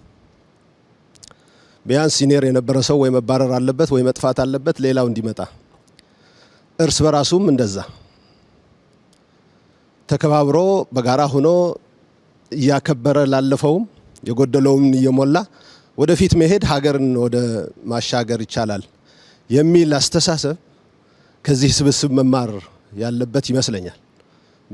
በተለይ በሰሜን አካባቢ ላለ አመራሮች ኢሊቶች መማር ያለባቸው ሀገር በእንደዚህ ቅብብሎች ነች ወደፊት መጓዝ የምትችለው። ሰው ለወለደውና ከሱ በታች ላሉ አካላት ሪስፔክት ካለው ሀገር እነሱን ተሸክማ ወደፊት የማትሄድበት ምክንያት የለም የሚለውን መልእክት የሚያስተላልፍ ነው አንዱ የዚህ ስብስብ ብዬ አምናለሁ።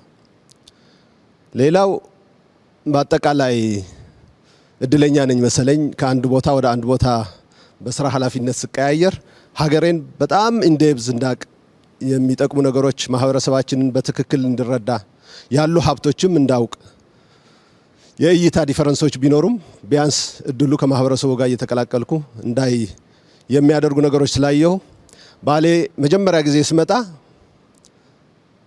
ከአንድ ዓመት ተኩል በፊት ማለት ነው አካባቢ መንገድም የለም፣ ስራዎቹም በዚህ ደረጃ አልተሰሩም። በዚህ ሂደት በዚህ ፍጥነት ግን አሁን የምንነዳቸው አስፋልቶች የተሰሩት በዛ ጊዜ ነው።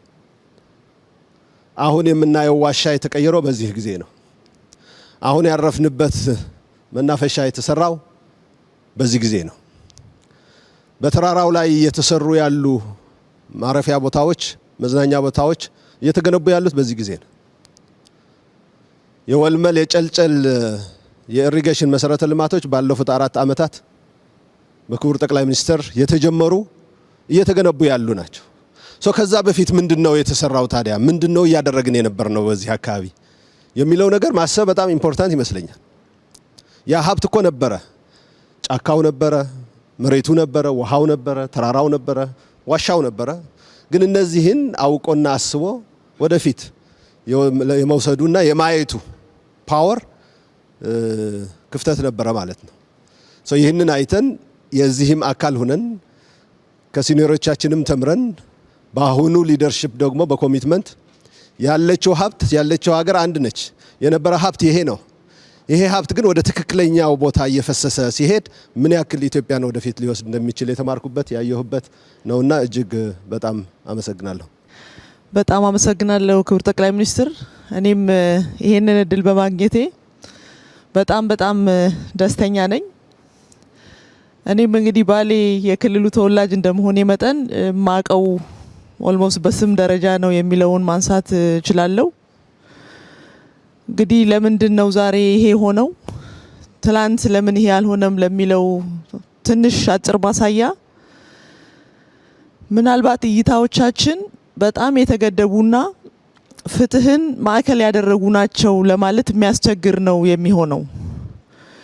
ምክንያቱም ወደ ግማሽ % ገደማ የሚሆነው የሀገራችንን የግብርናውን ክፍለ ኢኮኖሚ የሚሸፍን አካባቢና ትልቅ ፖቴንሻል ያለው አካባቢ በስነ ምህዳሩም ደግሞ በተፈጥሮም በጣም የተዳላለት አካባቢ ሆኖ ሲያበቃ ሪያሊቲን ተቀብለን አገርን ለማሳደግ አገርን በምንለው ልክ ከድህነት ለማውጣት ያንን ማየት እንዳንችል ያደረገን ፍትሃዊነት የጎደለው አስተሳሰብ ነው ብዬ ነው ማምነው። ምክንያቱም ይሄንን የመሰለ ሪያሊቲን መቀበል አለመቻልና ይሄንን ደግሞ ለሀገር እድገት መጠቀም አለመቻል በራሱ በጣም አስቸጋሪ ነው የሚሆነውና ዛሬ ላይ ይሄ እንዲሆን የተደረገበት ዋነኛው ምክንያት የነበሩ ሀብቶች ናቸው።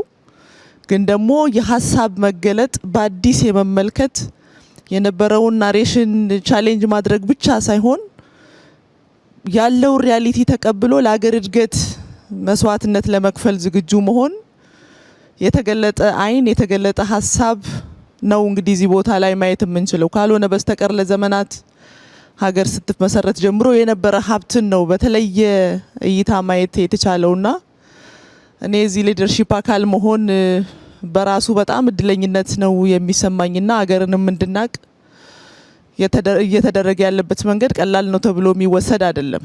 እኔ በተለይ የዚህ የቲም ኮምቢኔሽኑንም ሳይ ትላንት ለአቶ ሱፊያን ስናነሳ ነበር በጋራ ሆነን የኛ ኤግዚት እንዴት ይሁን የሚሆነው የሚል ነገርም አንስተን ነበረ።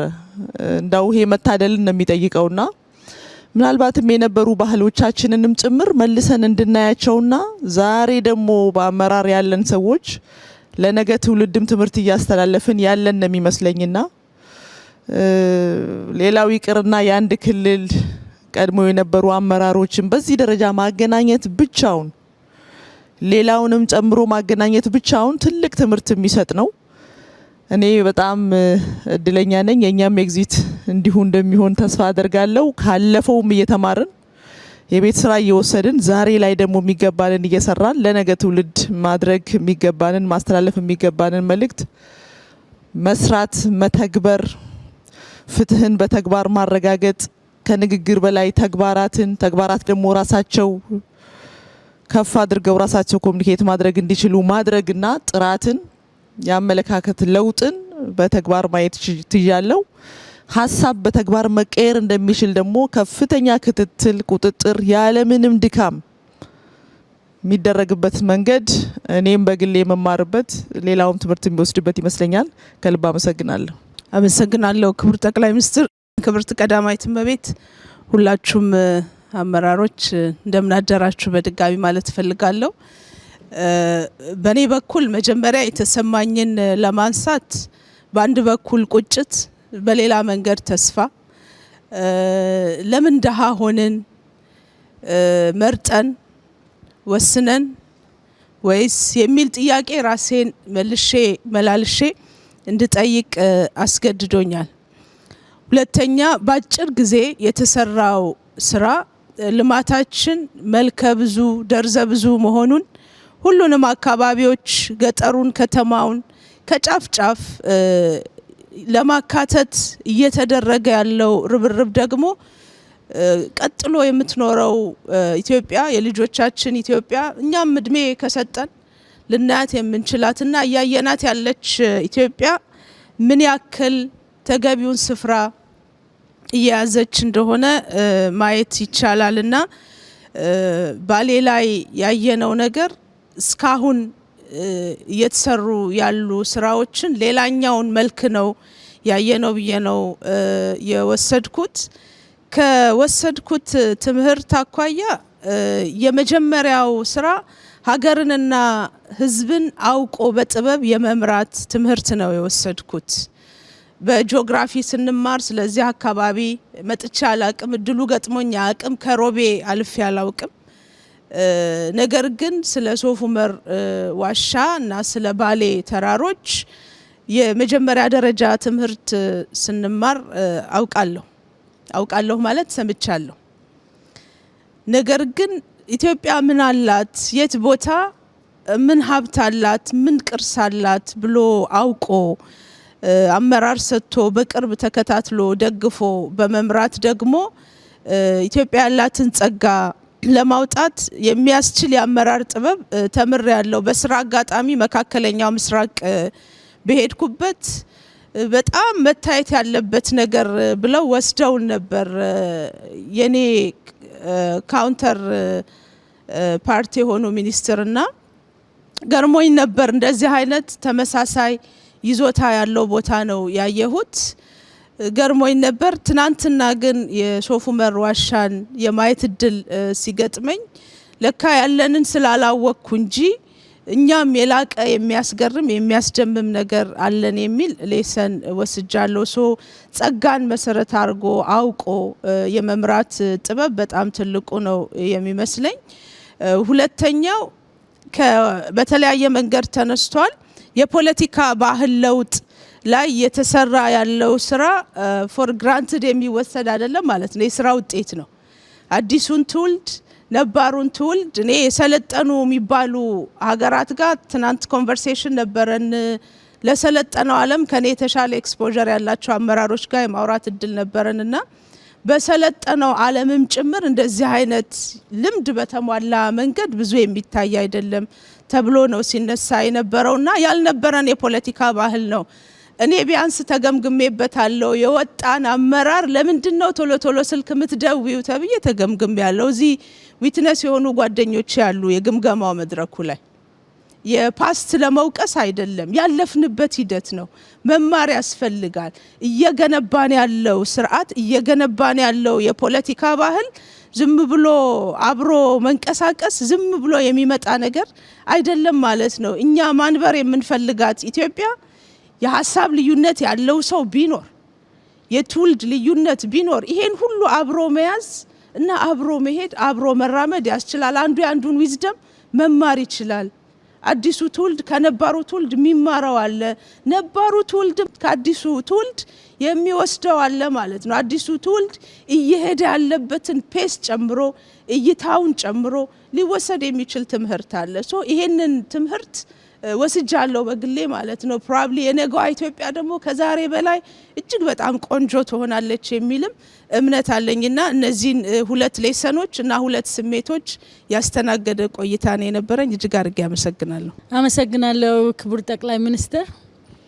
የኔ ሜቢ ሪፍሌክሽን እንደ ሀገር ኢትዮጵያ ለማደግ ለመለወጥ ለመበልጸግ ሁሉም ፈጣሪ ሁሉንም ራይት ኢንግሪዲየንት ሰጥቷታል ብዬ አምናለሁ። ሜቢ ለምን አልተለወጥንም ለምን አላደግንም?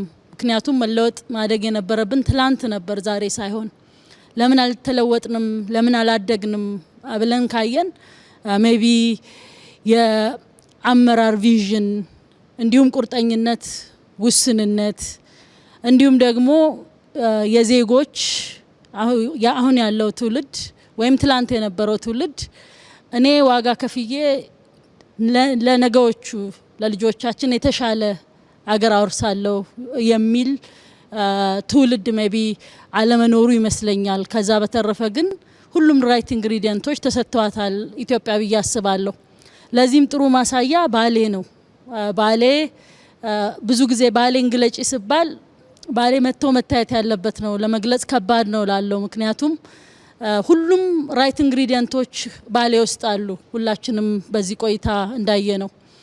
ለምሳሌ ግብርናን ለማሳደግ ባሌን ብቻ ሳይሆን ኢትዮጵያን የብሬድ ባስኬት ለማድረግ ምቹ ተፈጥሮዎች አሉ፣ ምቹ መልክዓ ምድር አለ። እንዲሁም ደግሞ ከዚህ የሚነሱ 5 ትልልቅ ወንዞች አሉ። እዚህ አካባቢ ያለውን ኢትዮጵያ ውስጥ ያለውን ብቻ ሳይሆን ጎረቤት ተሻግረው ከ30 ሚሊዮን በላይ ህዝብ ውሃ የሚያጠጡ ወንዞች እዚህ አሉ። መልክዓ ምድሩም የተመቸ ነው። ስለዚህ ይሄንን ገርቶ ትልቅ ለኢትዮጵያ ለባሌ ብቻ ሳይሆን ለኢትዮጵያ ትልቅ ከድህነት ለመውጣት ትልቅ ተስፋ ለመሆን የሚችል አቅም ያለበት አካባቢ ነው። እንዲሁም ደግሞ በቱሪዝም ካየነው ውብ መልክዓ ምድር አለ። እጅግ በጣም ያማረ የተዋበ ለመግለጽ በጣም አዳጋች የሆነ በጣም ብዙዎችን የሚያማልል የብዙ ሀገሮች ያላቸውን መስህቦች በአንድ ቦታ የያዘ የተፈጥሮ ሀብት አለ። እነዚህን መግራት እነዚህን ተፈጥሮ የሰጠንን ትንሽ ነገር ጨምረንበት እዚህ መሳብ አለመቻላችን ካልሆነ በስተቀር ሁሉም ራይት ኢንግሪዲየንቶች አገር ውስጥ እንዳለ ያሳያል። አሁን እንግዲህ በዚች ጥቂት አመታት ውስጥ በተጀመሩ በጣም ብዙ ቦታዎች ላይ ትልቅ ስራዎች እየተሰሩ ነው። ምንም እንኳን ወደምንፈልገው ለመድረስ ገና ጅምሮችና ማሳያዎች ቢሆኑም እነዚህ ትልቅ ተስፋ የተጣለባቸው የአመራር ቪዥን የታየባቸው ትልቅ ስራዎች በየቦታው አሉ፣ ባሌን ጨምሮ። እዚህ ላይ እንግዲህ ይሄ ትውልድ እኔ እንደሚገባኝ እኔንም ጨምሮ መቁረጥና መወሰን ይኖርበታል። ይሄንን ያለንን ሀብት አንሎክ አድርጎ በግብርናውም ይሁን በቱሪዝሙም ይሁን በተለያየ መልኩም ይሁን ይሄንን አንሎክ አድርጎ መለወጥና ለሚቀጥለው ትውልድ የተሻለ ሀገር የመተው አሳይመንት የኛ ነው የሚል ትውልድ ያስፈልጋል የሚለውን በደንብ የሚያሳይ ይመስለኛል። ከዛ በተጨማሪ ሁለት አይነት ትውልድም እንግዲህ ያለ እዚሁ የመማማር እንዲሁም ሀሳብ የመለዋወጥ የመደጋገፍንም ልክ ሌሎቹ እንዳሉት የታየበት ቆይታ ስለነበረ በጣም አስተማሪ በጣም አይን ከፋሽ ነበር ብዬ አስባለሁ። አመሰግናለሁ። አመሰግናለሁ። እኔም ይሄን እድል በማግኘቴ ከምንም በላይ በጣም ማመስገን እፈልጋለሁ። በጣም ሲኒየር ከነበሩ አመራሮች ጋር ብዙ በህይወታቸው ብዙ ነገር ካዩ አመራሮች ጋር እንደዚህ ያሉ ደግሞ ኢትዮጵያ ያላትን ውብ ጸጋ አብሮ አይቶ ከዛ ውስጥ ምንድነው ፈልቅቆ ማውጣት የሚቻለው ሚለውን ልምድ ለመቀሳሰምም እድል ፈጥሯልና ይሄ በራሱ ትልቅ የአተያይና የተግባራዊ ሽፍትም ጭምር ነው። ብዙ ታሪክ ቀይሯል ብዬ አምናለሁ። በጣም ብዙ እንደሄድን ነበር ያሰብኩት። ማለት ውስጤ የነበረው በጣም ብዙ ሩቅ ይሄዳናል። በቃ አሁን የተጀማመሩ ላውንች የተደረጉ በጣም ያው ሰሞኑን የጀማመርናቸው ስራዎች ተደማምረው በዚህ አመት በተለይ ደግሞ ከህዳሴ ግድብ ጀምሮ ያሉትን የተጀማመሩ ኢኒሼቲቮችን ደማምሬ አይቼ በጣም ብዙ ርቀት ትውልድ ሊያስኬድ የሚችል ስራ እንደጀመርን ውስጤ ፊል ያደርግ ነበረ። ባሌ ላይ መጥቼ ካየው በኋላ ገና ለካ ምንም አልነካንም የሚል ደግሞ ስሜት ተሰማኝ። የጀማመርናቸው ነገሮች በጣም ጥቂት እንደሆኑ ነው ፊል ያረኩት። ያለን ብዙ ነው። ያለን ተነክቶ ሚያልቅ አይደለም፣ ተሰርቶ ሚያልቅ አይደለም። አሁን ያለው የተጀመረው ነገር በጣም በጨለማ ውስጥ ጭላንጭል ብርሃን እንደማብራት ነው። ይሄ ጭላንጭሉ መብራት በጣም እየፈካ ሄዶ ይሄ ሀገር ለብዙዎች መትረፍ የሚችል አቅም ያለው መሆኑን ማሳያ እንደሆነ ነው የገባኝ። በአንድ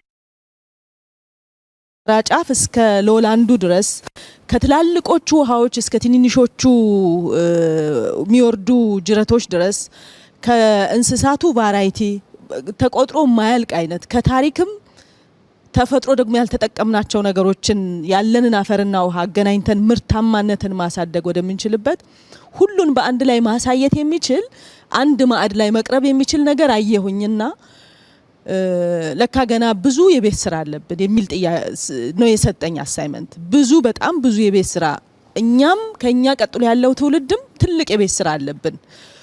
የመፈለግን የቀጣይ ትውልድ አዳዲስ ነገሮችን እንዲፈጥርና እንዲፈጥን ተብሎ በመደመር መንግስት የተጻፈው ነገር የግድ ኤግዚስት አድርጎ ሰጥቶናል ፈጣሪ። ሁሉንም አንድም ነገር አላሳጣንም። የገባኝ እሱ ነው። ምንም ያጣነው ነገር የለም።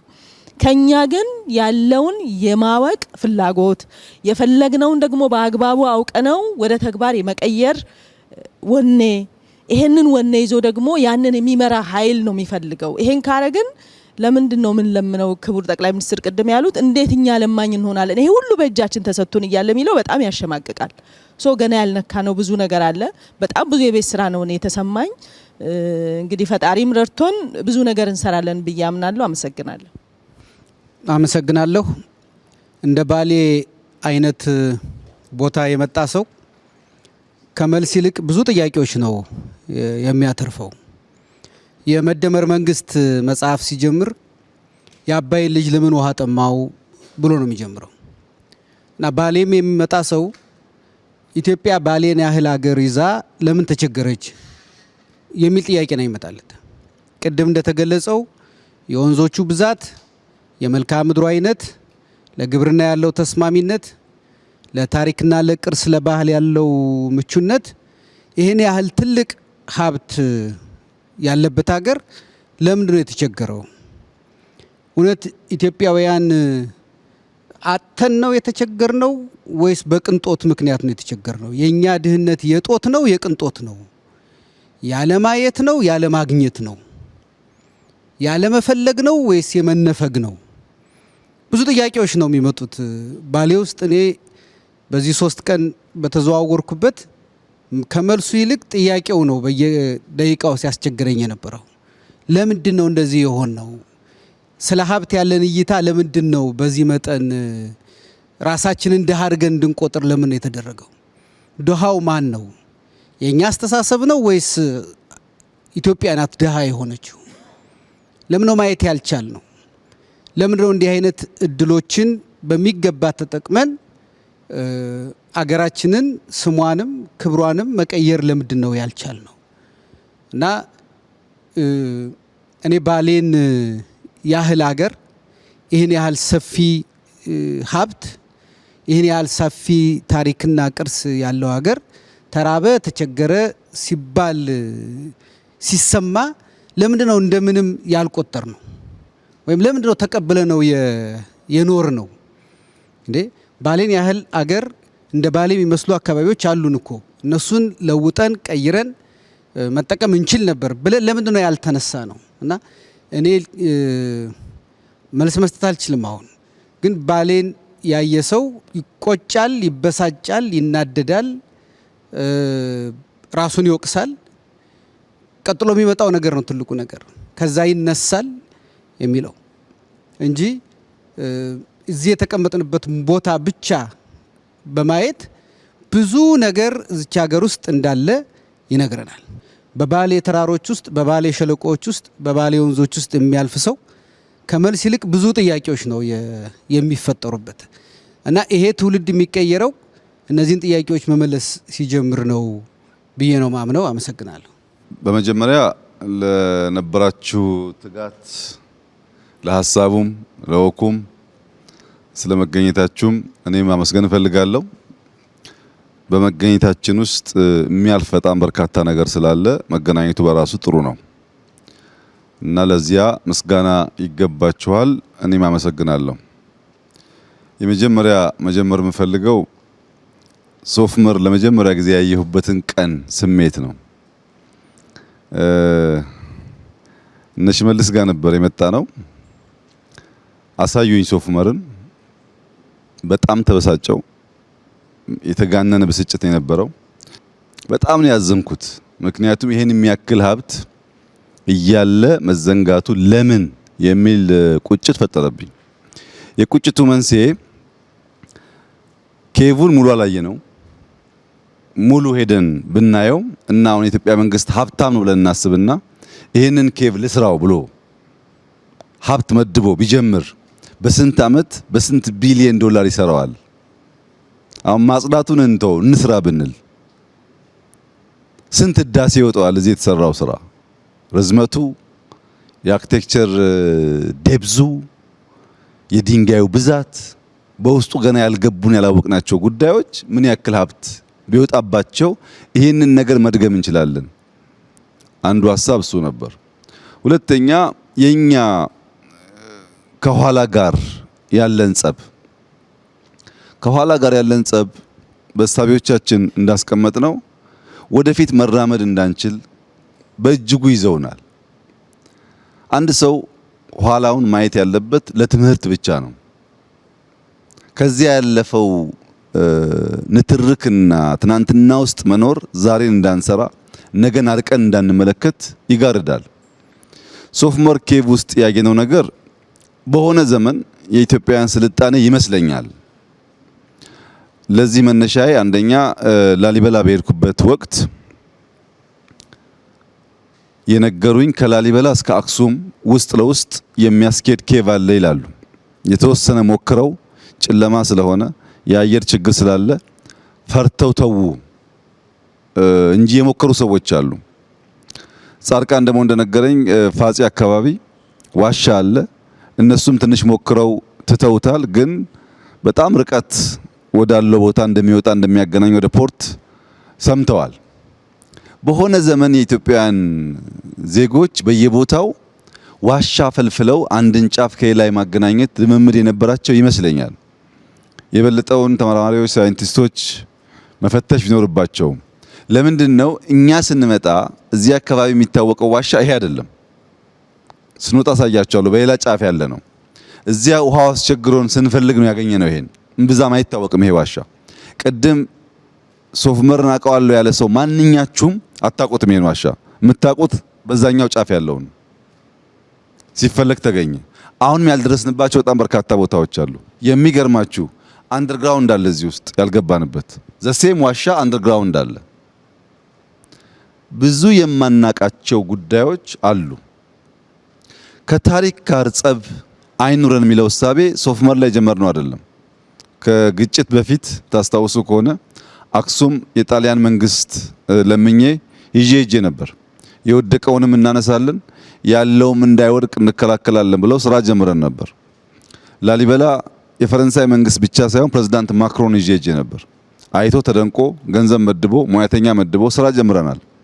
በጣም ብዙ ርቀት ሄዷል። አደናቃፊዎች ለመጨረስ ባያስችሉንም የፋሲል ቤተ መንግስትን ብትወስዱ ለመቶ ዓመታት ማንም ዞሮ አላየውም። ወደ ነበረበት ወይም ከዚያ በተሻለ አስውበን ሰርተነዋል። ሶፍ ዑመር ሌላው ምሳሌ ነው። አባ ጅፋር አለ። ሁላችሁም እምብዛም ሰምታችሁ የማታውቁት እነዚህ እንኳን ቢያንስ ይነገርላቸዋል በተወሰነ ደረጃ። አላላ ኬላ ማንም ሰው እንደ ታሪክም የሚያውቁ አልነበረም።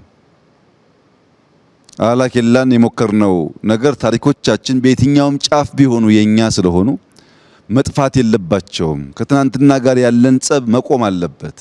ትናንትና ጋር ስንጨቃጨቅ፣ ትናንትና ስንኖር፣ ዛሬን ሳንሰራ ትውልድ ልመናን እየተቀባበለ መቀጠል የለበትም የሚል ጽኑ እምነት ስላለ ነው።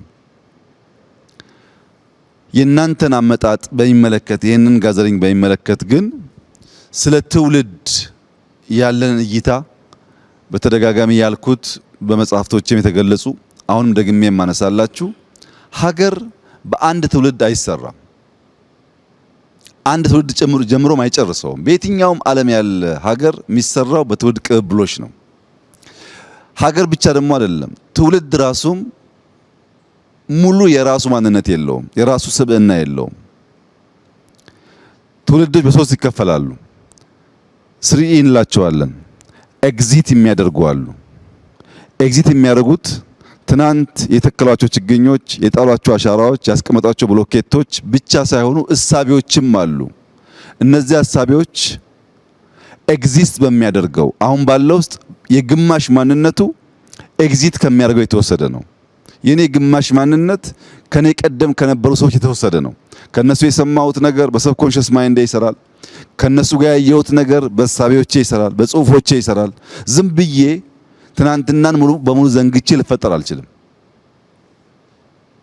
አሁን ባለኝ ማንነቴ ውስጥ 20፣ 30፣ 40፣ 50% ትናንትና አለበት።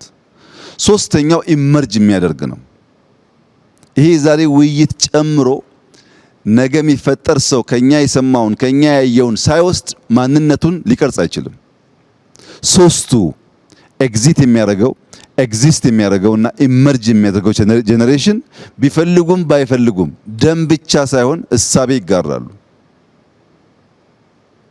ያንን መካድ ነው መከራ የሆነብን። ትናንትናን ሰው ሲወቅስ እሱ ብቻውን ዛሬ ቆም ይመስለዋል። ዛሬ መቆም አይቻልም ብቻህን። ትናንትና በአንተ ላይ ጥላ አለው። ያን እያመን ስንሄድ ሀገር ለመስራት ያለን ብቃት ይሰፋል። አሁን ዛሬ የኢህአፓ ቅሬታ አለ፣ የኦነግ ቅሬታ አለ፣ የቲፒኤልኤፍ ቅሬታ አለ፣ የኦፒዲዮ ቅሬታ አለ፣ ብልጽግናዎች አሉ፣ ነን ፓርቲዚያን አሉ፣ ደህዴን አለ።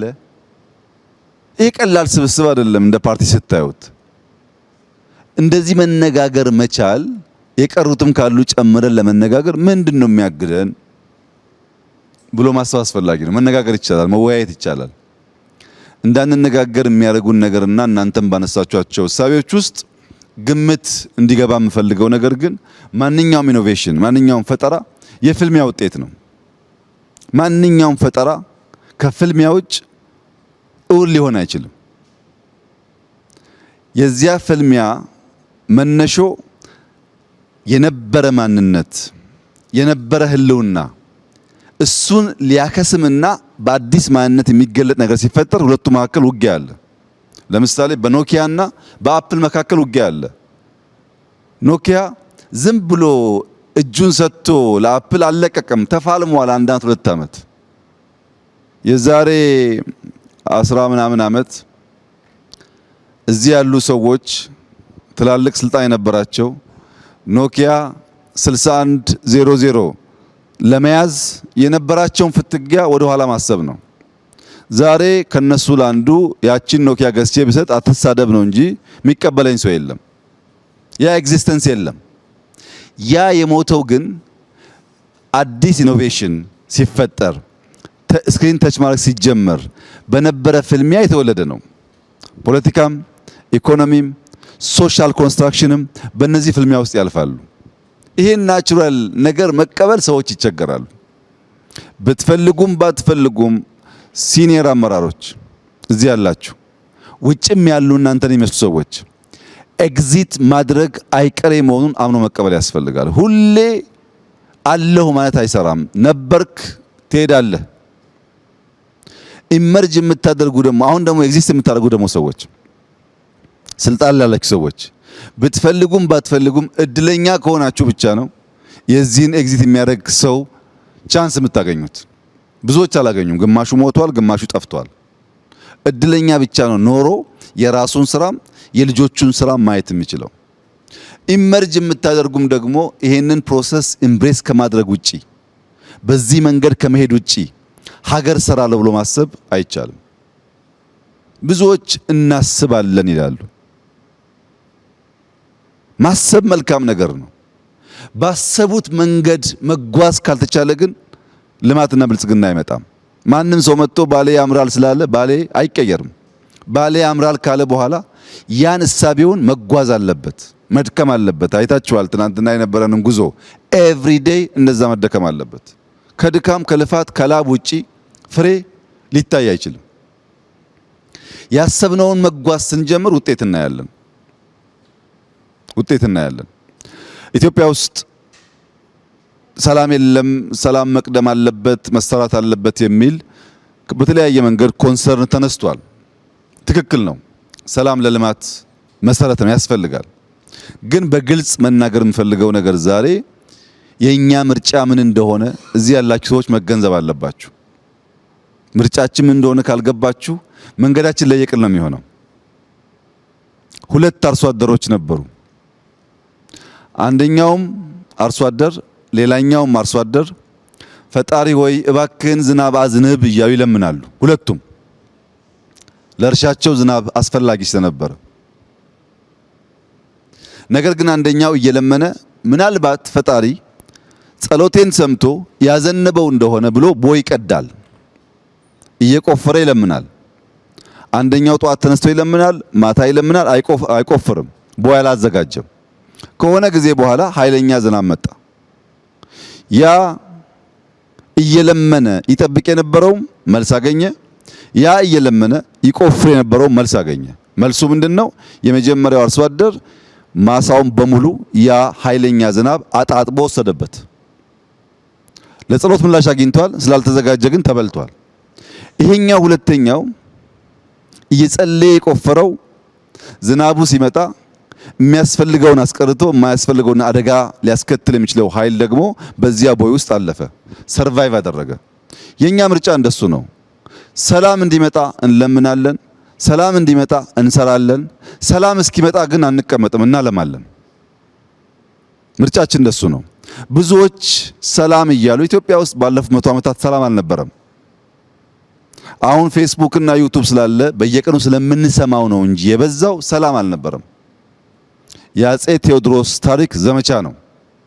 የአፄ ዮሐንስ ታሪክ ዘመቻ ነው። የመንግስቱም በኋላም የነበረው ሽፍታ ኢትዮጵያ ውስጥ ጠፍቶ አያውቅም። ወንበር ለማጽናትና ሽፍታ ለማሳደድ 100% የደከሙ መሪዎች ሶፍ ዑመርን ዘንግተውታል። ትርፍ ያገኘነው እሱን ነው። ሽፍታ ባህል ስለሆነ እያጠፋ ነው። በአንድ እጃችን እናለማለን ካላልን በቀር ራሱ የምንመኘውን ሰላም አናመጣም፣ አናጸናም።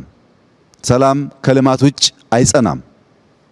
የባሌ ወጣት አሁን የጀመርነውን ስራ ካየ አይዋጋም፣ ያጓጓል ልማቱ። እኔ እንደማምነው እናንተም እንዳላችሁት የኢትዮጵያ ልማት ከጫፍ ጫፍ መሄድ አለበት። ከትግራይ ጫፍ እስከ ጋምቤላ ጫፍ መሄድ አለበት። ከትግራይ ጫፍ እስከ ጋምቤላ ጫፍ የሚሄደው ልማት ግን ዩኒፎርም መሆን አይችልም። ሁሉም ጋር ሶፍ ዑመር የለማ፣ ሁሉም ጋር ላሊበላ የለም፣ ሁሉም ጋር አክሱም የለም፣ ሁሉም ጋር አባጅፋር ቤተ መንግስት የለም። የእያንዳንዱን ከባቢ ጸጋ ለይተን አውቀን ማውጣት ስንችል ያ ደግሞ ሲሰናሰል ሲደመር ኢትዮጵያን እንዳላችሁት እጅግ ያማረችና የበለጸገች ሀገር ያረጋታል። ባሌ ቀደም ሲል እንዳነሳሁት በዞርኩባቸው ዓለማት ሁሉ አይቼ አላቅም ያልኩበት ምክንያት እኔ ተወልጄ ያደግኩበት አካባቢ በጣም ጫካ ነው። ቡና አለ፣ ደን አለ። ጫካ ለኔ ብርቄ አይደለም፣ ያድጌበታለሁ። ግን የኛ ጫካ ከባሌ ጫካ ጋር አንድ አይደለም፣ ይለያያል።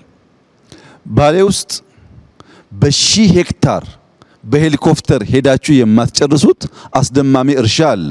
ይሄ ብዙ ቦታ አይታይም። ጅማ አይታይም፣ ወለጋ አይታይም።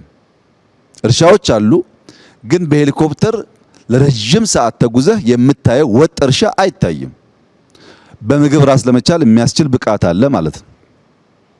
ባሌ ውስጥ የዱር አራዊት ዲንሾ ብቻ ሳይሆን ሳነቴ ወተን ቀይ ቀበሮን እና መሰል አዋፋት ትናንት እንዳያችሁት ያሉ የተለየ ደግሞ ዳይቨርሲቲ ይታያል። እዛ ጋር ታች ስትወርዱ ደግሞ ሀረና አንበሳን ጨምሮ በጣም በርካታ ነገሮች አሉ። የዱር አራዊት አለ። ፈረሱ ይለያል፣ ከብቱ ይለያል፣ ዛፉ ይለያል። ፓልም ትሪ እቺን ከምታክል እስከ መሎ ዛፍ ትሪ አለ። ቆማችሁ ርቀቱን የማታዩትን ዛፍ በጣም ረጅም ዛፍና በጣም አጭር ዷርፍ ዛፎች ደግሞ አሉ። ብዙ ሀገራት ሰመር ዊንተር እያሉ ይከፋፈሉና በዊንተር ጊዜ በጣም በረዶ ሲሆንባቸው የሰመር ካምፕ ይሄዳሉ ወይም ሰመር ሃውስ እያሉ ይወጣሉ። ዊንተሩን ሬዚስት ማድረግ የማይችሉ መካከለኛው ምስራቅ ደግሞ ሰመር በጣም ከባድ ስለሆነ ቀዝቀዝ ያለ ቦታ ፍለጋ ሌላ ሀገር ይሄዳሉ። ቪዛ ትኬት ምናምን ብለው አሁን ባሌ ሀገር ቢሆን የት ይሄዳል? በ20 ደቂቃ ጉዞ ቅዝቃዜ አለ፣ በ20 ደቂቃ ጉዞ ሙቀት አለ፣ በ20 ደቂቃ ጉዞ ጫካ አለ፣ በ20 ደቂቃ ጉዞ የሚያስደንቁ መስኮች፣ እርሻዎች አሉ። እዚሁ ብቻ በተለያየ ሲዝን ሊኖርበት የሚያስችል ነገር ፈጥሮ መኖር ይችላሉ ማለት ነው። ሁሉ አላቸው። ላይ ሳነቴ ላይ ያየነው የቅዝቃዜ ቦታ ያላቸው ሀገራት ይኖራሉ። የኛ ዩኒክ ስጦታ ላይሆን ይችላል። ግን እዛ ያየናቸው 20፣ 30፣ 40 የሚጠጉ ክሬተር ሌኮች ምንም አይነት የሰው እጅ ያላረፈባቸው ትንሽዬ ብንሰራቸው ግን ምን ሊሆን እንደሚችሉ አስቧቸው። ክሬተር ሌክ በጣም ክሊን ውሃ ነው ያለው። ሳነቴ ተራራ እዚህ አካባቢ ላሉ ውሃዎች ሁሉ የውሃዎች እናት ነው ይባላል። ለምን? እነዚያ ያየናቸው ሌኮች ትሩ ታይም ሲንክ እያደረጉ ነው ሪቨር የፈጠሩት። እነሱን ካልጠበቅን ታች ውሃ አናገኝም ማለት ነው። ዛፎቹ፣ ጫካዎቹ ልክ እንደ ሰው ሽበት አላቸው። ተጠላልፈው ተዋህደው በጣም ብዙ ዳይቨርስ የሚያደርግ አይነት ስፒሺስ ያላቸው ወፎች፣ ዋይልድ አኒማልስ እና አትክልቶች አብረው ይኖራሉ። ባሌዎች ይሄን ምን ያክል ተገንዝበውታል? ጥያቄ ነው። ኢትዮጵያ ምን ያክል ተገንዝበውታል? ጥያቄ ነው። ለምን አልሰራንም? ጥያቄ ነው። ቅድም ዳንኤል እንዳለው ብዙ መጠየቅ አለብን። አንድ ማወቅ ያለብን ነገር ግን ባሌዎች እዚህ ስፍራ ላይ የዛሬ 700 800 ዓመት በ60 ቋንቋ መድረሳ ያስቀሩ ነበር። በ60 ቋንቋ ከናይጄሪያ ጭምር ሰው መጥቶ እዚህ ቁርአን ይቀራ ነበር። በኦሮምኛ በአማርኛ ሳይሆን በ60 ቋንቋ ያስተምሩ ነበር። እዚህ ቦታ ላይ ትላልቅ ዑለማዎች፣ ሼኮች ነበሩ። በሰሜን ያለውን የምንኩስና የቆሎ እየበሉ ቂጣ እየበሉ እውቀትን የመፈለግ ጉዳይ አጣጥለን በደቡብ በምዕራብ ያለውን የዑለማዎች ያኗኗር ዘይ በዋሻ ውስጥ አይታቸዋል። ጪሱን እዚህ ዋሻ በምንኩስና የሚኖሩ ሼኮች ነበሩ ማለት ነው። ይሄንን ንቀን ራሳችንን ንቀን ማንን ልናከብር ነው የምንተጋው? ነው ብንፈልግም ባንፈልግም የታሪካችን አካል ነው። ይሄም ታሪካችን ነው፣ ያም ታሪካችን ነው። ሁለቱም ለምቶ ሁለቱም መሸጋገር አለበት ብለን ካላሰብን በቀር አንዱ ወደን አንዱን ጠልተን አይሆንም፣ ሙሉ አያደርገንም። እና እዚህ ባሌ አካባቢ አንድ ታዋቂ ሼክ ነበሩ። ልጆቻቸውን ሁልጊዜ በምሳሌ ያስተምራሉ። እና ቁርአን የሚቀሩ መድረሳ ቁርአን የሚቀሩ ልጆች በምሳሌ እያስተማሩ አንደኛው ልጅ አሁን አንተ ትኩስ ቡና ይዘህ መንገድ ብትጀምርና አንድ ሰው መጥቶ ካንተ ጋር ቢጋጭ ምን ያጋጥማል ብሎ ይጠይቃሉ። ምን ጥያቄ ያለው? ቡናው ይደፋበታል ይላል።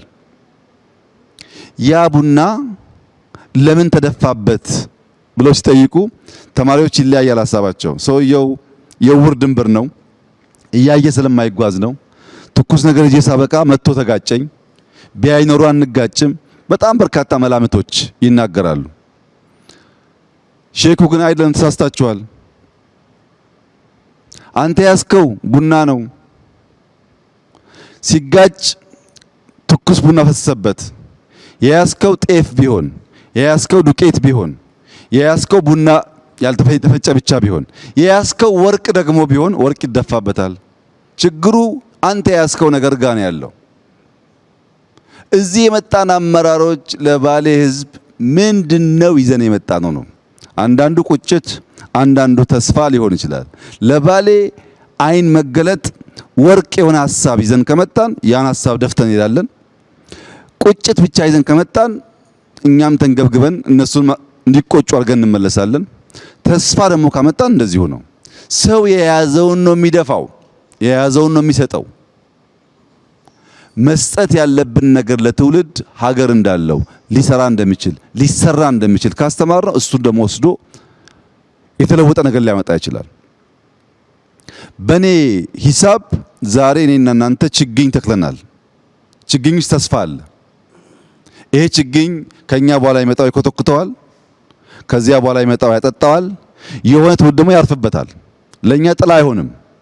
ሶፍ ዑመር ላይ የጀመርነው ነገር ጨርሰነው ለኛ ጥላ አይሆንም፣ ለልጆቻችን ግን ጥላ ይሆናል።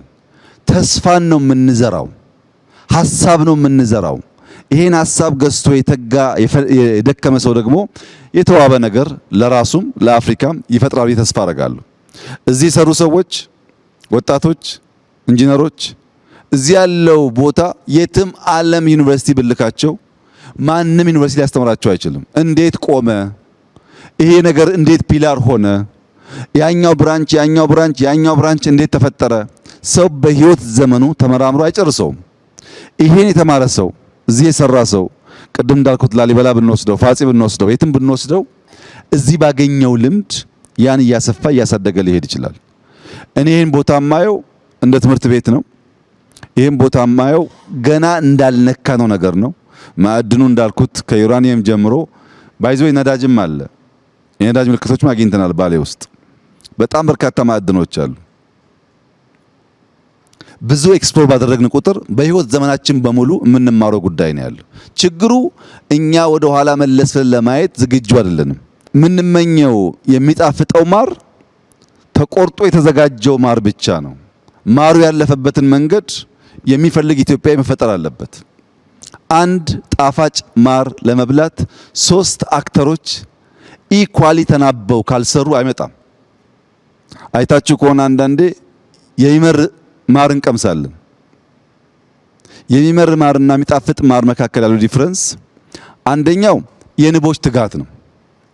ንቦች መትጋት አለባቸው ያ ማር ሆኖ እንዲወጣ። ሁለተኛው ንቦች እየሄዱ የሚቀስሙት አበባ፣ እንቡጡ አበባ የአንደኛው የአበባ ዝርያና ሌላኛው የአበባ ዝርያ አንድ አይነት ማር አይሰጡም። ያ የእንቡጥ አበባ ጣፋጭ ማር የሚፈጥር ከሆነ ያን ቀስማ የሰራች ንብ የተሻለ ማር ታወጣለች። ሶስተኛውና ዋነኛው ግን የአርሶ አደሩ ትዕግስት ነው። ማሯ ስራ ጀምራ የማሩን ዱሬሽን የማሩን እድሜ መጠበቅ ተስኖት ቶሎ ቢቆርጥ ማሩን ያን ጣፋጭ ማር አያገኝም። የተጋች ንብ፣ መልካም አበባ እና ትዕግስተኛ አርሶ አደር ናቸው የሚጣፍጥ ማር መቅመስ የሚችሉት። የሚተጋ ትውልድ፣ የሚተጋበትና ኢንቨስት የሚያደርግበትን ቦታ የሚያቅ ትውልድ፣ በትዕግስት የሚጠብቅ ማህበረሰብ ካለ የበለጸገች ኢትዮጵያን ማየት ይቻላል። አንዱ ሲጎል ግን የተሟላ አይሆንም። በእኔ እምነት 2018 የተስፋ ብርሃን ጭላንጭል የሚታይበት አመት ይሆናል ብለን የተናገርነው 4 ዓመት 5 ዓመት ሊሆን ይችላል። ስልጠና ስንሰጥ የነበራችሁ ታውቃላችሁ። እኔ አሁን በእርግጠኝነት ውስጤ ያለውና ማምነው ይሆናል ብዬም እየሰራ ያለሁት የዛሬ 6 ዓመት ማክሲመም ኢትዮጵያ በአፍሪካ ሁለተኛ ትልቁ ኢኮኖሚ ትሆናለች። ለዚህ የሚያስችል በጣም በርካታ ስራዎች ይሰራል ነው። ሽፍታ አለ ግን ትሆናለች። የዛሬ 10 ዓመት በአፍሪካ አንደኛ ኢኮኖሚ ትሆናለች። ምንም ጥርጥር የለውም። ይሄን የኔ ጸሎት ኤግዚት የምታደርጉ እድሜያችሁ ረዝሞ እንድታዩ፣ አሁን ደግሞ ኤግዚስት የምታደርጉ ልክ እንደ ትጉ ንብ እንድትሰሩ፣ ኢመርጅ የምታደርጉ ደግሞ አሁን ካለውም ካለፈውም ከታሪክም እንድትማሩ፣ ያን ደምረን ከሄን የበለጸገች ኢትዮጵያን እናያለን። በአንድነቷ፣ በብልጽግናዋ፣ በታሪካዊ ቦታዎቿ ተመልሳ መጎናጸፍ ለአፍታም መጠራጠር አያስፈልግም።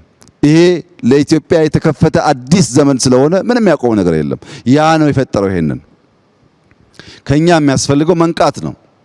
በራስ ኢጎ ላይ መንቃት፣ በራስ እሳቤ ላይ መንቃት፣ በራስ ምልከታና እምነት ላይ መንቃት ነው። ብዙዎቻችን ትናንትና አስሮ ይዞናል። ከነቃንበትና ሌንጮ ቅድም እንዳለው ወደሚቀጥለው ሌየር ከተዘረጋን አትጠራጠሩ፣ የኢትዮጵያን ብልጽግና ከሞላ ጎደል በጋራ እናያለን። ቢያንስ ልጆቻችን ከልመና ወጥተው የምናይበት ዘመን ይመጣል። ሲጠቀለል ለረጅም ጊዜ በየቦታው ልማት ሳይ፣ ለውጥ ሳይ፣ ውጤት ሳይ ፈጣሪ ይመስገን ስል ሰምታችሁ ታውቃላችሁ። ዛሬ ግን ያ ቋንቋ እኔ ውስጥ የለም። ሌሊት ጀምሮ በጣም ሲያስጨንቀኝ ያደረው ነገር ፈጣሪ ይመስገን አይደለም፣ ይቅር በለን ነው። ውስጤ እንደዛ ይሰማኛል። ይቅር በለን አንተ ውሃውም ሰጥተሃል፣ መሬቱም ሰጥተሃል፣ ጫካውም ሰጥተሃል፣ የቀረብን ነገር የለም። ይሄን ሁሉ ይዘን እኛንን ተስማምተን ተደማምጠን ማልማት ያልቻል ነው እና እባክህን ይቅር በለን። ተቆጥተ ደግሞ እንደዚያ ሰነፍ አርሶ አደር ማሳችንን ዝናብ እንዳይወስደው ምህረት ይብዛልን ብቻ ነው ጥያቄ ዛሬ። ምክንያቱም ለማመስገን ብቃቱ የለኝም። እዚህ ሁሉ ነገር ላይ ተኝቼ በሴፍቲኔት የሚኖር የሚራብ ህዝብ ዜጋ ሆኜ ፈጣሪ ይመስገን ይሄን ስለሰራን የምልበት ቋንቋ አንደበት የለኝም። ምህረት ብቻ ነው። ኢትዮጵያዊ ፈቅዶ ወዶ በገዛ ፈቃዱ ልመናን ጋብዞ እርዳታን ጋብዞ ችግርን ጋብዞ እጅና እግር አጣጥፎ የሚለምን ህዝብ መሆኑ ይቅር በለን ብቻ ነው የሚያስብለው። ሌላ ምንም ቋንቋ የለኝም። የሱ ምሕረት ከተገኘ እኛ ከተጋን ግን ውጤት ይመጣል። እዚህ ያላችሁ ሲኒየር አመራሮች፣ እዚህም የሌላችሁ ሲኒየር አመራሮች ፐርሰንቴጁ ይለያያል። አንዳንዶቻችሁ 5፣ አንዳንዶቻችሁ 3፣ አንዳንዶቻችሁ 10 ሊሆን ይችላል። ግን ሼር አላችሁ። በአሁን ትውልድ ውስጥ ሼር አላችሁ። ያ እንድታዩ የመጣችሁት ጠቅላችሁ አትውሰዱት። ቢኮዝ ብዙ ሚስ የተደረገ ነገር ስለነበረ ጠቅላችሁም አትተውት። የእናንተ ዘር ስላለ አሁን ያለውም ይሄን ይመን፣ የትናንትናውም ይሄን ይመን፣ የነገውም ይሄን ይመን። ካለ ጥርጥር ኢትዮጵያ ትውልድ ተቀባብሎ የሚያጸናት ሀገር ትሆናለች። በትግራይ፣ በአማራ፣ በኦሮሚያ አንዳንድ አካባቢ የምናያቸው ጉዳዮችም መልክ እየያዙ ይሄዳሉ። ኢትዮጵያ ውስጥ ዛሬ ልጠቅልል የሚለውም ኢትዮጵያን አላወቃትም። ልገንጠል የሚለውም ኢትዮጵያን አላወቃትም። መገንጠልም መጠቅለልም አይሰራም። መስማማት፣ በትብብር ሁሉም ያለውን ሀብት እያወጣ እንዲለማ አድርጎ መኖር ብቻ ነው የሚያዋጣው። ይሄን መገንዘብ አለመቻል ነው ችግር ያመጣብን። ለምሳሌ ልገንጠል ብሎ ከሰሜን እስከ ደቡብ የተደራጀ ፓርቲ አለ። ከነዚህ ውስጥ አንዱም ሀገሩን አያውቅም፣ ህዝቡን አያውቅም፣ ባህሉን አያውቅም። የነጻድቃን ቲፒኤልኤፍ ልገንጠል በሚልበት ሰዓት እርግጠኛ ሆኜ የምነግራችሁ እነዚህ ወጣቶች በዛ ዘመን ትግራይን ባህሉን በደንብ አያውቁትም። እልህና ቁጣን ያላቸው እንጂ የበቃ እውቀት አልነበራቸውም። ኦነግ ቅድም ሌንጮ እንዳለው እንኳን ኦሮሚያን መገንጠል ቀርቶ የትውልድ ስፍራውን እንኳን በትክክል አያውቀውም። ባሌን አያውቅም። ሌላውም ነፃ አውጪ ይኸው ነው፣ የሶማሌውም የምናምኑም በትክክል ባህሉን አገሩን ሳያቅ ነው ነፃ ልውጣ ብሎ በጋራ መኖር ስንችል መከፋፈል ይሰበክ ነው ማለት ነው። ልጠቅልል ባዩም ዘመን አያውቅም። አሁን ባሌ ይጠቀለላል? አይጠቀለልም እኮ ብትፈልግም ባትፈልግም አይቻልም። አለፈ ያ ታሪክ። ከኋላ ጋር መታሰር አያስፈልግም። ትቶ ዛሬ መኖር ያስፈልጋል። ምን ጠቀልላለህ? እንኳን ልጠቀልለው አታውቀውም።